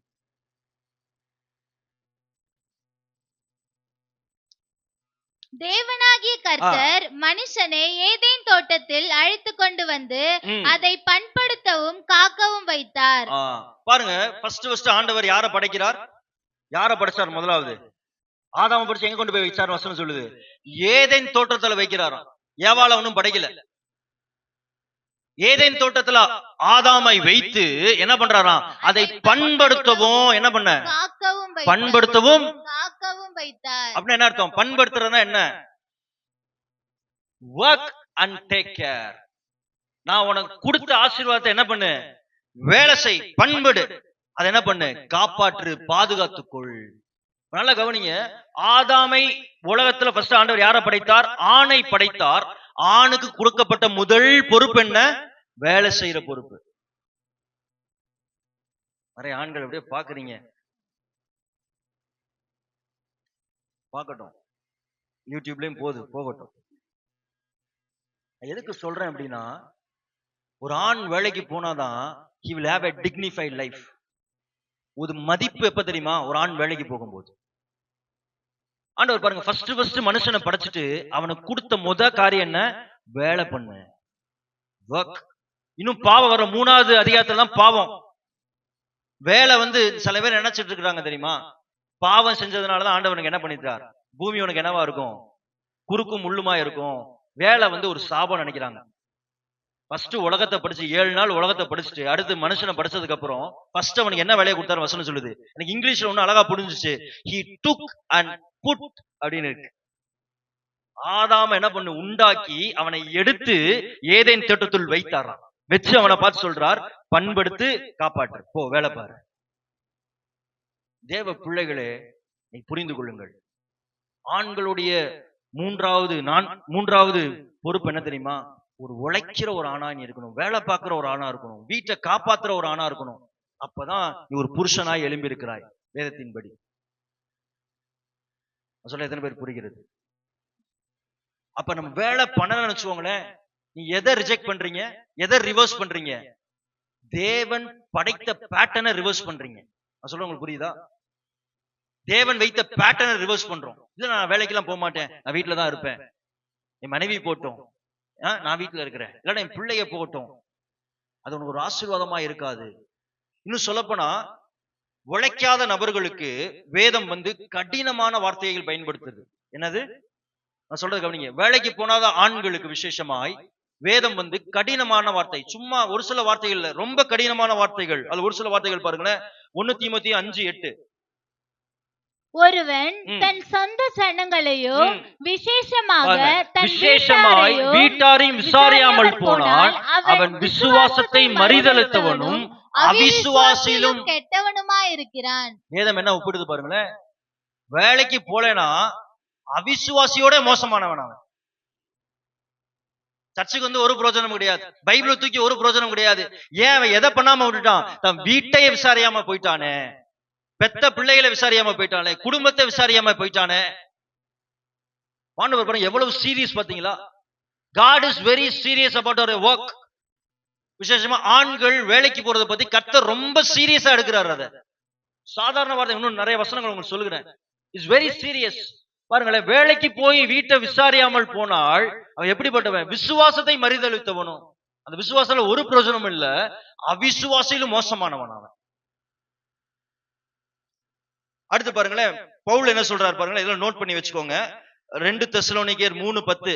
ஒருவன் வேலை செய்ய மனதில்லாதிருந்தால் அவன் சாப்பிடாமல் இருக்க கடவன். சாப்பிடவும் கூடாது. பவுல் என்ன சொல்றானா, நீ வேலைக்கு போவானா, நம்ம பணியில சொன்னா வேலைக்கு போனா எதுல கைய வைக்காத? சோத்துல கைய வைக்காத. பவுல் சொல்றாரு பாருங்க, எல்லாம் எழுதி வச்சுக்கோங்க. 2 தீமோத்தேயு 3:10. ஒருவன் வேலைக்கு செல்ல மனதில்லை, வேலைக்கு போய் உழைக்க இது பண்ண மனதில்லைன்னா என்ன பண்ணக்கூடாது? அவன் சாப்பிடவும் கூடாது என்று நான் உங்களுக்கு கட்டளையிடுகிறேன் அப்படின்னு சொல்றார். அடுத்து பாருங்களேன், நீதிமொழிகள் 20:4. சோம்பேறி குளிர் காய்கிறது என்று உளமாட்டான், அறுப்பிலே பிச்சை கேட்டாலும் அவனுக்கு ஒன்றும் கிடையாது. அப்படின்னா என்ன? சோம்பேறி என்ன பண்ண மாட்டானா? குளிர் காய்கிறது, வெளியே என்ன இருக்குது? ரொம்ப குளிரா இருக்குங்க, அதனால வேலைக்கு. அப்படின்னா என்ன காரணம்? இந்த வேலைக்கு போனா, எந்த வேலைக்கு போனாலும் ஏதாவது ஒரு பிரச்சனை. இந்த வேலைக்கு போனா வெயில் அடிக்கும், அந்த வேலைக்கு போனா அங்க சொல்றாங்க, இந்த வேலைக்கு போனா இந்த வேலைக்கு நான் போக மாட்டேன். வசனம் தெளிவா சொல்லுது பாருங்களேன். சோம்பேறியா இருக்கிற ஒரு ஆணாய் நீ இருக்கக்கூடாது. சோம்பேறி என்ன பண்ண மாட்டான்னா, குளிர் காயிருந்து உழைக்க மாட்டான். அவருடைய வாழ்க்கை எப்படி இருக்கும் பாருங்களேன். அரிப்பிலே ஒன்றும் கிடைக்காது. ஒரு தேவைக்கு உழைக்காத ஆண் போய் எனக்கு கொஞ்சம் தேவை இருக்குங்க, ஒரு 500 ரூபாய் கொடுங்கன்னா எப்படி தருவாங்க? ஏன்னா வசனமே சொல்ல, கர்த்தருடைய நீதியே தான். ஏன்னா வசனம் சொல்லுகிறது, ஒருத்தவங்க நமக்கு உதவி செய்யணும்னா யாரு உள்ளத்துல போட்டாதான் நமக்கு உதவியே வரும். ஒருத்தவங்க ஒரு மனுஷன் கண்களை தயவு கிடைச்சாதான் ஒருத்தவங்க தூக்கி நமக்கு என்ன பண்ணுங்க, இந்தாங்க வச்சுக்கோன்னு தருவாங்க. வசனம் என்ன சொல்லுதுன்னா, உழைக்காத ஆணுக்கு என்ன கிடையாது? உதவி கேட்டாலும் தரமாட்டாங்க. நீ நல்ல ஒரு புருஷனாய் எழும்ப வேண்டும் என்றால் நீ கடினமாய் குடும்பத்துக்காய் உழைக்கிற ஒரு ஆணா இருக்கணும். நீ ரொம்ப வருத்தப்படுகிற காரியம், பெண்கள் பாவம் அவ்வளவு கஷ்டப்பட்டு வேலைக்கு போறாங்க. அவ்வளவு கஷ்டப்பட்டு வேலைக்கு போறாங்க. ஓவர் டைம் வேலை பார்க்கறத நான் பார்த்திருக்கிறேன். இங்கிருந்து பல தூரம் பிரயாணப்பட்டு டிராவல் பண்ணி பஸ் மாறி. ஆனா ஐயா அப்படி இருப்பாப்ல, ஜாலியா வீட்டுல இருந்துட்டு அவங்கள அடிச்சு குடிச்சுக்கிட்டு அவங்கள துக்கப்படுத்திக்கிட்டு, இப்படிப்பட்ட ஆணாக என்ன பண்ணக்கூடாது, நாம் காணப்படக்கூடாது. எத்தனை பேர் ஆமென்னு சொல்றீங்க? அல்லேலூயா. நீ கர்த்தர் உன்னை பார்த்து சொல்லுகிறார், ஒரு புருஷனாய் எழும்பு, கடினமாய் உழைக்கிற இருதயம் உனக்கு வரட்டும். கடினமாய் உழைக்கிற இருதயம். சரி, எனக்கு அப்பா அம்மா தானே சொத்து சேர்த்து வச்சிருக்கிறாங்க, நான் அதுலயே நான் வாழ்ந்துக்கிறேனே, எனக்கு நான் நல்ல ஒரு ஃபேமிலி பேக்ரவுண்ட்ல இருந்து வரேன், அதை வச்சே நான் ஓட்டிக்கிறேன். நல்லதுங்க, வசனம் எச்சரிக்குது. சோம்பலின் ஆவி உள்ள வந்துரும். சோம்பேறியை கர்த்தர் ஆசீர்வதிக்கவே மாட்டார். இந்த ஆசீர்வாதம் என்ன? கர்த்தர் நம்ம கொடுத்த ஆசீர்வாதம். அதுக்காக நீ உழைக்க கூடாதுன்னு கிடையாது. நீ அப்பா அம்மா சொத்து சேர்த்து வச்சாங்க, எனக்கு அந்த காசு இருக்கு இந்த காசு இருக்கு, நான் வேலைக்கு போக மாட்டேன்னா அது கர்த்தருக்கு பிரியமில்லாதது.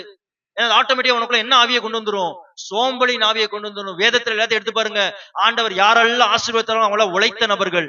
யோசேப்பு 17 வருஷம் உழைக்கிறான். தாவீது ஆடு மேய்ச்சி கொண்டிருக்கிறான். மோசே 40 வருஷம் வனாந்திரத்துல மேய்ஞ்சு கொண்டு இது என்ன பண்றான்? ஆடு மாடு மேய்ச்சி கொண்டிருக்கிறான். யாக்கோபு 21 வருஷம் லாபான் வீட்டுல வேலை பார்க்கிறான். இயேசு கிறிஸ்து 30 வருஷம் தச்சு வேலை பார்த்தாரு. சொல்ல எத்தனை பேர் புரியுது? உழைக்கிற குணம் உள்ள இருக்கணும். அது உள்ள இல்லைன்னு வச்சுக்கோங்களேன், அது ஆட்டோமேட்டிக்கா உன்னை கொஞ்சம் கொஞ்சமாய் உன்னை ஆண் என்ற அந்த பொறுப்புல இருந்து உன்னை அப்படியே வெளியே கொண்டு வந்துடும். புருஷன் என்ற அந்த கணத்துல இருந்து உன்னை அப்படியே வெளியே கொண்டு வந்துடும். அது எத்தனை பேர் புரிகிறது? அல்லேலூயா. இன்னைக்கு எத்தனை பேர் ஒப்பு கொடுக்குறீங்க? ஒப்பு கொடுங்க. உன் காலத்துல எந்த காலத்திலும் திருமணம் ஆனதுக்கு அப்புறம் சரி, உடம்புல வேலை இருக்கிற வரைக்கும் ஓடிக்கிட்டே இருக்கணும். உடம்புல வேலை இருக்கிற வரைக்கும் ஓடிக்கிட்டே இருக்கணும். அதான் ஒரு ஆணுக்கு அழகு. அல்லேலூயா. அல்லேலூயா. அடுத்து 4வது பாருங்களேன், ஒரு ஆணாய் எழும்புறதுக்கு அடுத்து, குடும்பத்தை நேசித்து விசாரிக்கும் ஒரு ஆண். ஒரு புருஷனாய் நீ எழும்ப வேண்டும் என்றால் குடும்பத்தை நேசித்து விசாரிக்கிற ஒரு ஆணாய் நீ இருக்க வேண்டும். வாசிங்க 1 பேதுரு 3:7. அந்தபடி புருஷர்களே, மனைவியானவள் பலவீன பாண்டமா இருக்கிறபடியினால் உங்கள் செபங்களுக்கு தடை வராதபடிக்கு நீங்கள் விவேகத்தோடு அவர்களுடனே வாழ்ந்து உங்களுடனே கூட அவர்களும் நித்திய ஜீவனாகிய கிருபையை சுதந்திரித்துக் கொள்ளுகிறவர்கள் ஆனபடியினால் அவர்களுக்கு செய்ய வேண்டிய கனத்தை செய்யுங்கள். அடுத்து 4வது என்ன சொல்றாரு பாருங்களேன்.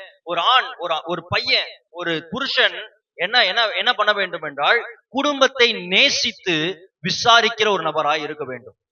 எந்த நேரமும் வேலை குடும்பத்துக்கு தான். சில பேர் சொல்லுவாங்க, நான் குடும்பத்துக்கு தான் உழைக்கிறேன், ஆனா என்ன பண்ண மாட்டேன், மனைவி எப்படி இருக்கான்னு எனக்கு தெரியாது, பிள்ளைங்க ஒழுங்கா படிக்கிறாங்களான்னு தெரியாது, மனைவிக்கு என்ன உடம்புல பலவீனம்னு எனக்கு தெரியாது, மனைவி நல்லா சந்தோஷமா இருக்கலாம் ஹாப்பியா இருக்கலாம்னு தெரியாது, பிள்ளைங்க சரியா இருக்கிறாங்களான்னு தெரியாது. சில ஆண்கள் என்ன சொல்லுவாங்க, காலையில இருந்து நைட்டு கடினமா உழைக்கிறது நல்லது, அதே சமயம் வசனம் என்ன அழகா சொல்லுது பாருங்களேன், பலவீனமான பாண்டம் என்பதை நீ அறிந்து கொள்ள வேண்டும். போட்டு அடிக்கிறது, மிதிக்கிறது, திட்டுறது, காயப்படுத்துறது, மென்டல் பிரஷரை கொடுக்கிறது, இப்படிப்பட்ட ஒரு ஆணா நீ ஒரு நாளும் காணப்படக்கூடாது. ஒரு தீர்மானம் எடுங்க.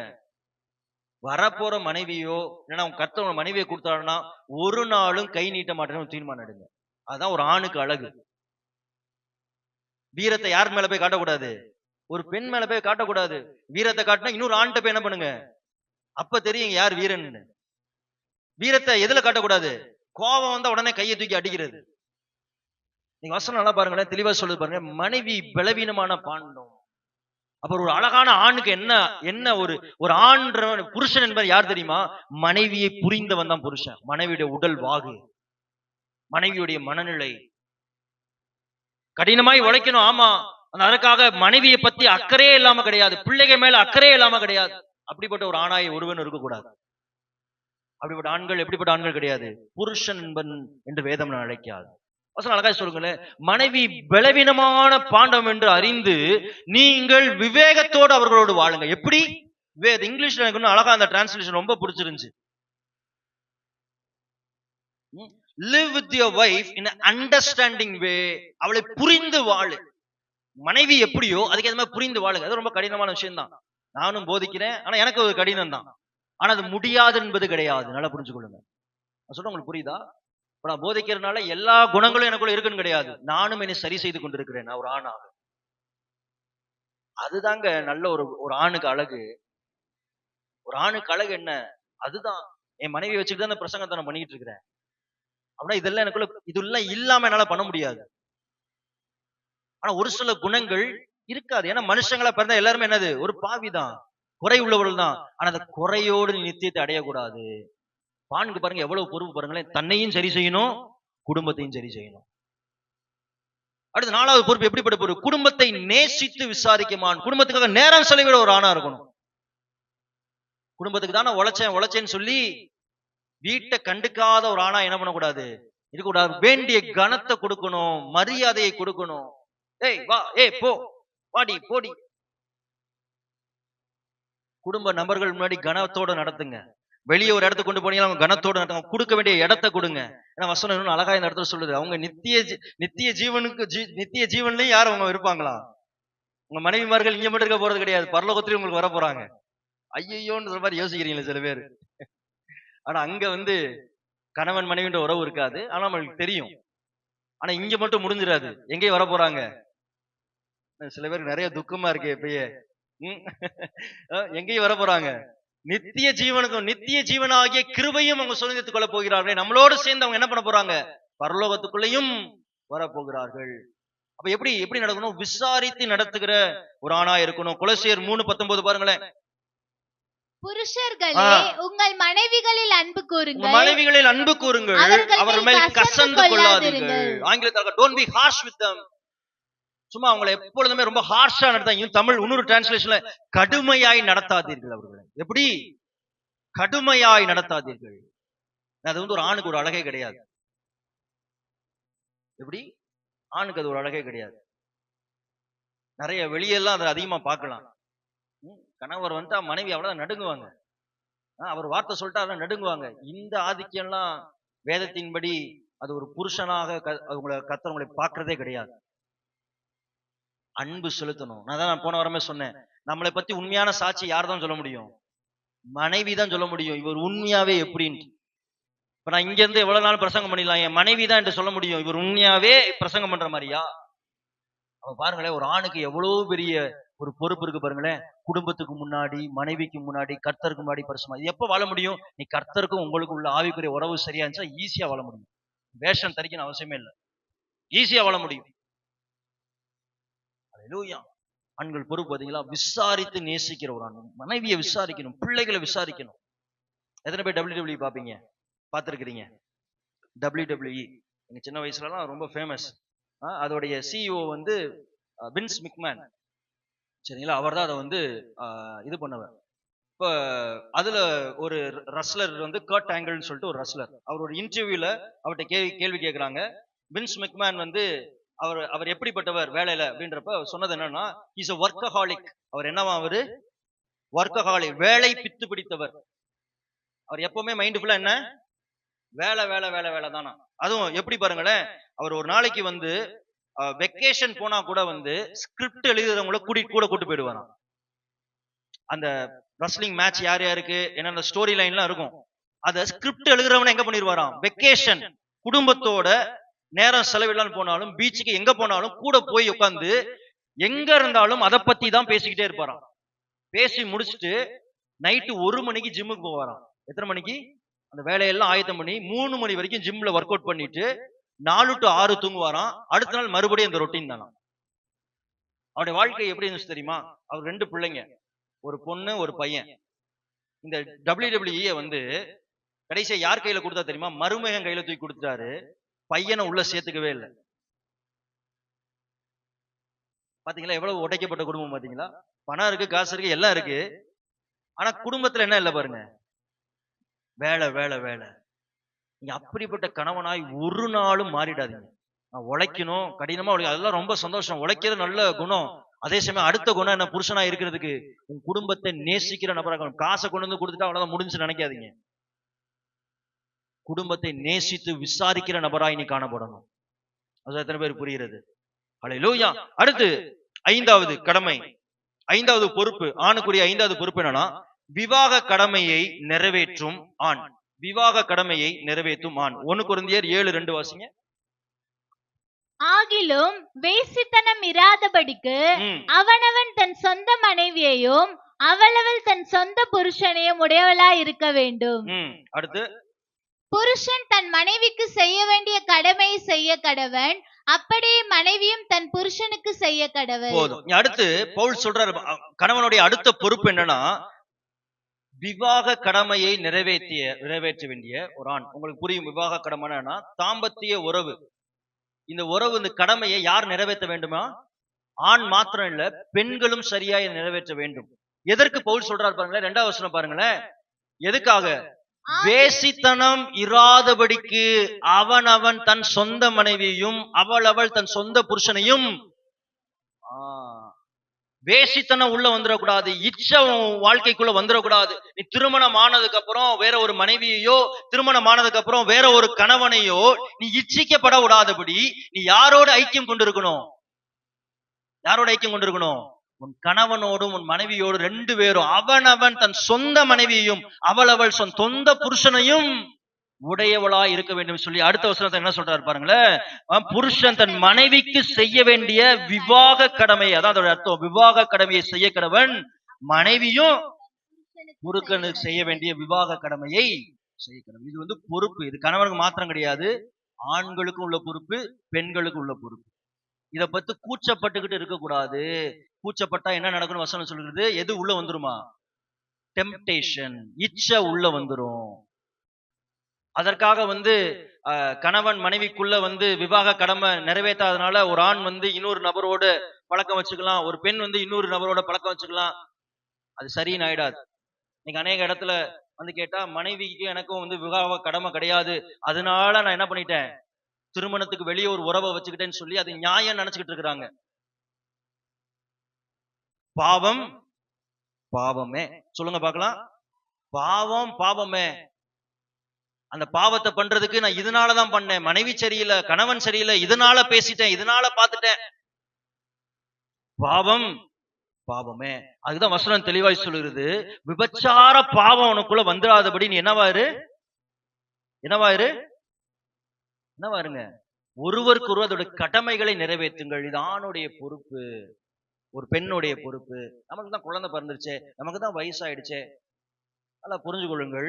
கர்த்தர் ஆணையும் பெண்ணையும் இப்படிதான் வச்சிருக்கிறார். அதுதான் ஒரே மாமிசமா தான் வைத்திருக்கிறார். விவாக கடமையை நிறைவேற்ற கொடுத்த கூச்சம் யாருக்குள்ள இருக்கக்கூடாது?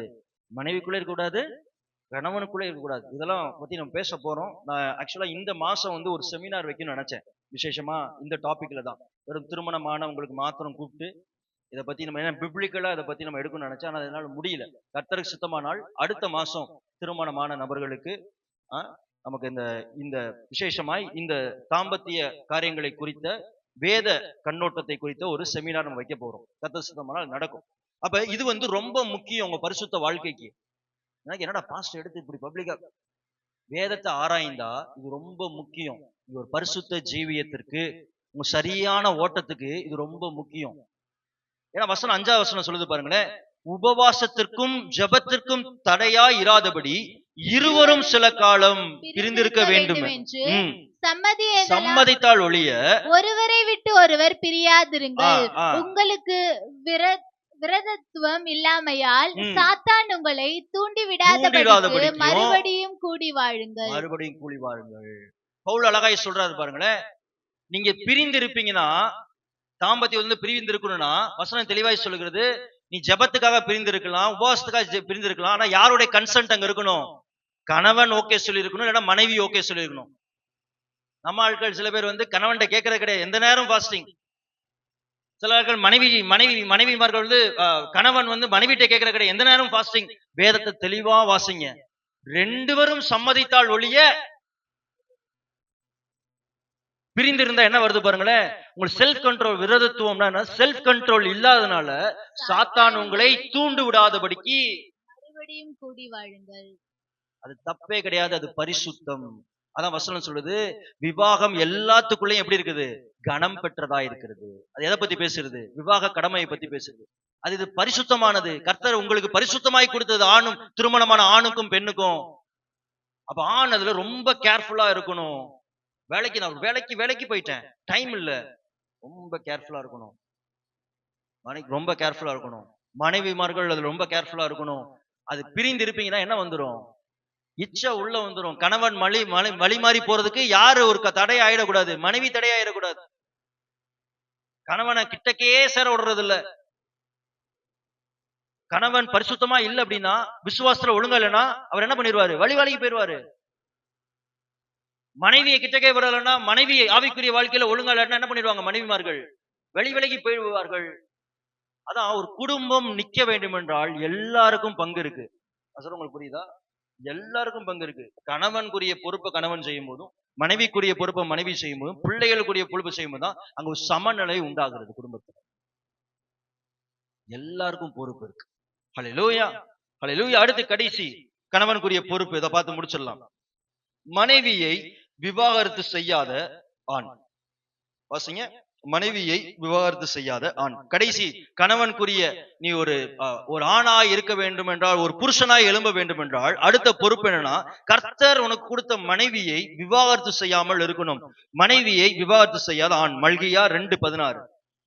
தள்ளி விடுதலை நான் வெறுக்கிறேன் என்று இஸ்ரவேலின் தேவனாகிய கர்த்தர் சொல்லுகிறார்.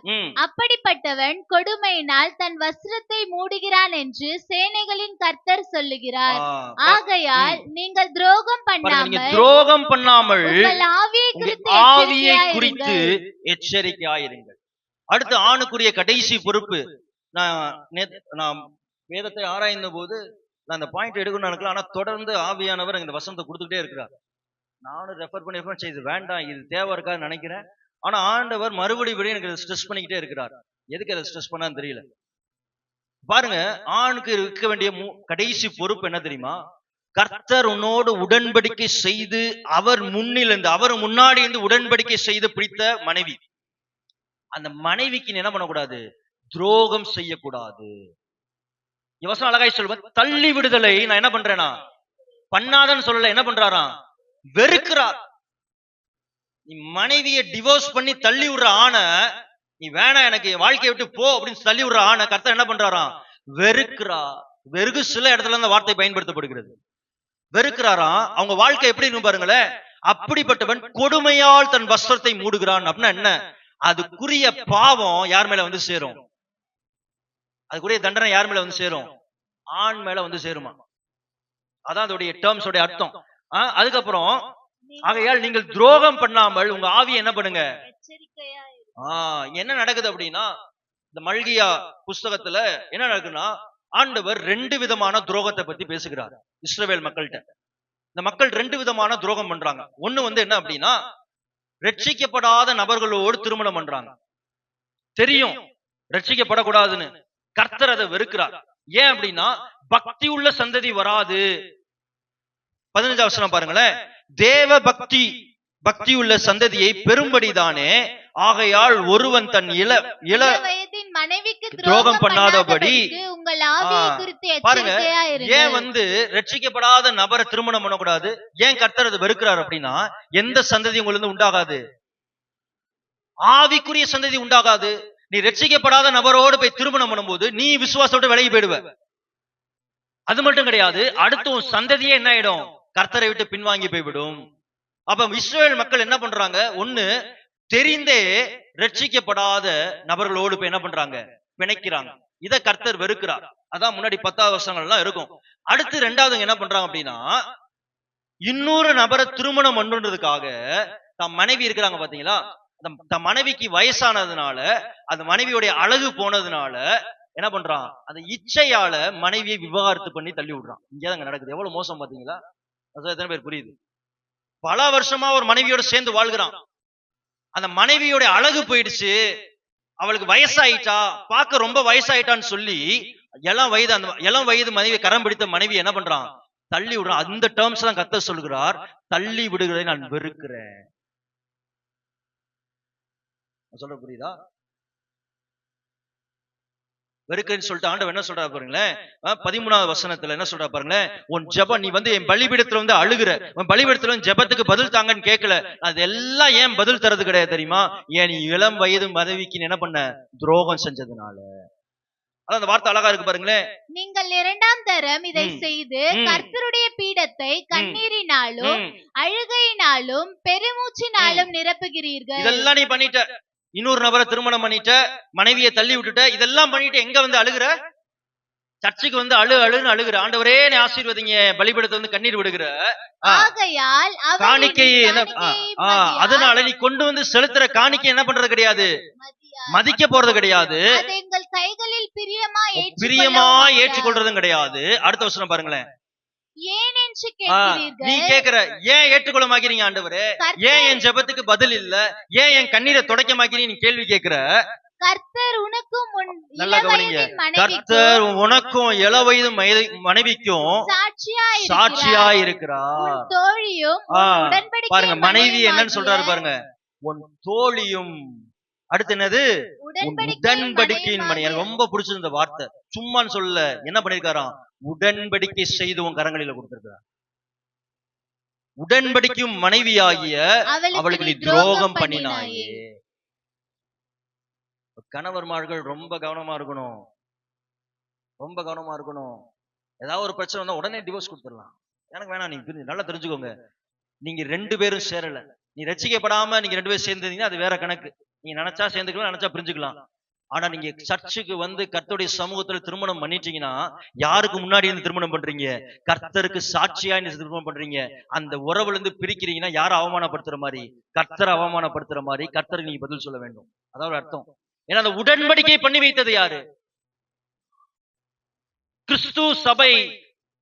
புருஷன் கிறிஸ்து சபையை எப்படி ரத்தத்தினால் உடன்படிக்கை பண்ணிறாரோ, அதே போல நீ மனைவியோடு உடன்படி திருமணம் சாதனம். அதான் நான் ரொம்ப கேர்ஃபுல்லா சொல்லிருக்கேன் வாலிப பிள்ளைகளுக்கு எல்லாம்.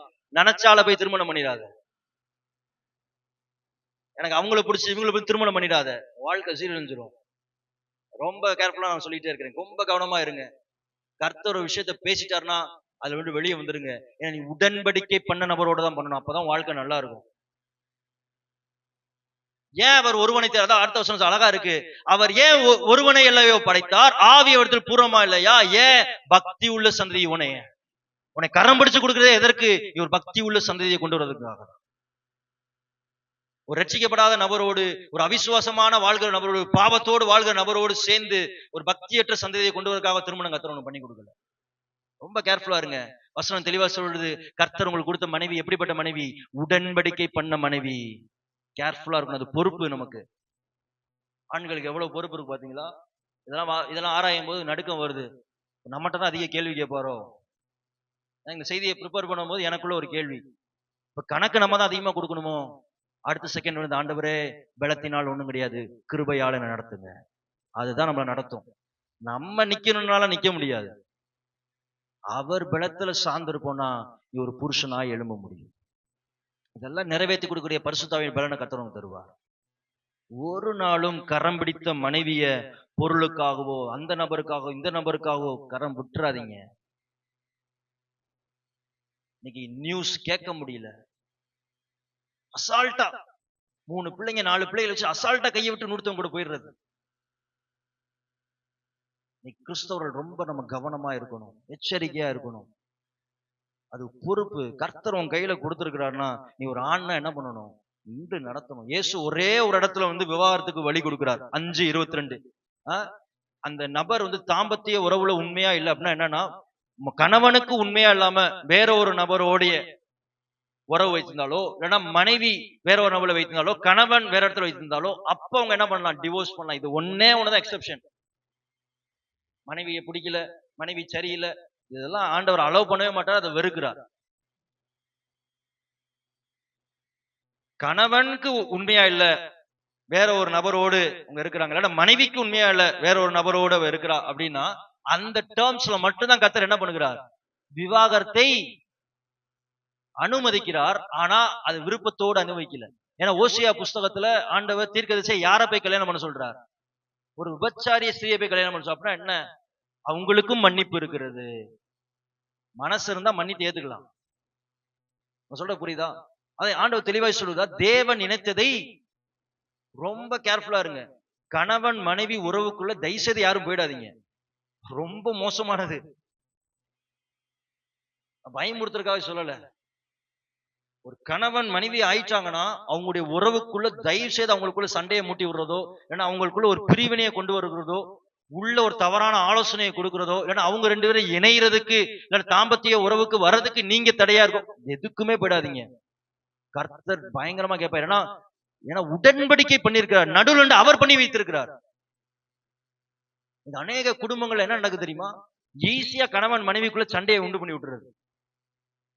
ஈஸியா ஃப்ரெண்ட்ஸ் வந்து மூட்டி விட்டுறது, கூட பிறந்தவங்க மூட்டி விட்டுறது, வீட்டுல இருக்கிற மாமியார் மாமனார் மூட்டி விட்டுறது, அப்பா அம்மா கல்யாணம் பண்ணிட்டு வந்தா யாரை விடுறது கிடையாது, அப்பா விடுறது கிடையாது, அம்மா விடுறது கிடையாது. நீ ரொம்ப கவனமா இருங்க. வசனம் தெளிவா சொல்லுது, தேவன் இணைத்ததை மனுஷன் பிரிக்காது இருக்க கடவன். ஒரு மனுஷன் உள்ள வந்துடக்கூடாது. ரொம்ப கேர்ஃபுல்லா இருங்க. அது ஆராய மேரேஜோட வெயிட்டேஜ் பயங்கரமா புரியுது எனக்கு. ரொம்ப கேர்ஃபுல்லா இருக்கணும். எந்த கணவன் மனைவி உறவுக்குள்ள நீங்க போயிடாதீங்க. அவங்களை பிரிக்கிறதுக்கு காரணமா ஆயிடாதீங்க. அவங்க 2 பேரும் சேர்றதுக்கு தடையாய் ஆயிடாதீங்க. கர்த்தர் உங்களை விசாரிப்பார், நியாயம் கேட்பார். அதே போல ஆண்கள் ஒரு புருஷனாய் எழும்ப வேண்டும் என்றால் என்ன பண்ணணும்? கரம் பிடித்த மனைவியை கடைசி வரைக்கும் என்ன பண்ணணும்? கரம் பிடித்து நடத்துற நபராய் இருக்கணும். என்ன பிரச்சனை, என்ன போராட்டமா இருந்தாலும் விடக்கூடாது. ஒரு ஆமீன் சொல்லுங்க பார்க்கலாம். அல்லேலூயா. கடைசி ஒண்ணு சொல்லி முடிச்சிடறேன். கேத்ரின் குல்மன் அப்படின்னு சொல்லிட்டு ஒரு ஃபேமஸான ஒரு பெண் சுவிசேஷகர் இருந்தார், அந்த ஒரு 100 வருடங்களுக்கு முன்னாடி. அப்போ ஒரு நாள் அவங்களுக்கு தூங்கிட்டு இருந்த போது ஒரு ட்ரீம் வருது, ஒரு கனவு வருது. 3 ஆண்கள் வந்து முழங்கால் படிக்கிட்டு இருக்கிறாங்க. அப்ப இயேசு அந்த 3 ஆண்களை அப்படியே கடந்து போகிறார். ஆணை போய் அவர் வந்து கட்டி பிடிக்கிறார், அரவணைக்கிறார். இன்னொரு ஆணை வந்து என்ன பண்றார்? ஷோல்டர்ல தட்டி கொடுக்கிறார். 3ஆவது ஆணை எதுவுமே பண்ணல, கடந்து போயிட்டார். அப்ப இந்த கேத்ரின் குல்மனுக்கு ஒரு கேள்வி, இந்த 3 பேர்லையும் கட்டி பிடித்த நபர் தான் அதிகமா நேசித்திருப்பாரோ, கடைசி நபர் பயங்கர பாவம் செஞ்சிருப்பான் போல, அதான் அவனை தொடக்கூட இல்லை போல. இன்னொரு பக்கம் உங்களுக்கு கேள்வி, கடைசி நபரை அக்கறைய செலுத்தல, மீது இந்த 2 நபர் தான் அக்கறை செலுத்திருப்பாரோ, என்ன ரொம்ப குழப்பமா இருக்கேன்னு சொல்லி ஆண்டவர்கிட்ட கேட்டா, ஆண்டவரே இந்த ட்ரீமோடைய விளக்கத்தை சொல்லுங்க, இந்த கனவுடைய விளக்கத்தை எனக்கு சொல்லுங்கன்னப்ப ஆண்டவர் கேத்ரின் குல்மன்ட்ட சொன்னாராம், நபர் வந்து ரொம்ப வீக்கா இருந்தான். அவன் லைஃப்ல அவனுக்கு ஒரு எப்படி சொல்றது, நிக்கக்கூடிய பலன் கிடையாது, லைஃப்ல இருக்கிற பிரச்சனையை ஃபேஸ் பண்ணக்கூடிய பலன் கிடையாது, குடும்பத்தை நடத்தக்கூடிய ஒரு சின்ன தைரியம் கூட இல்ல. அதனால அவன் என்ன பண்ண, நான் போய் அவனை அணைச்சு அவனை திடப்படுத்தினேன். 2ஆவது நபர் வந்து சோர்ந்து போயிருந்தான். மனைவி இப்படி இருக்கிறாளே, இது பிள்ளைங்க இப்படி இருக்கிறாங்களே அப்படின்னு சொல்லி, என்னடா குடும்ப வாழ்க்கைன்னு சொல்லி சோர்ந்து போயிருந்தான். அவன் முதுக தட்டி கொடுத்து அவன் என்ன பண்ண, திடப்படுத்தினேன். 3ஆவது நபர் எல்லாத்தையும் ஸ்ட்ராங்கா இருந்தான், எல்லாத்தையும் அழகா ஃபேஸ் பண்ணி கொண்டிருந்தான், அவனை நான் தொடல அப்படின்னு சொல்லி போனாராம். அல்லேலூயா.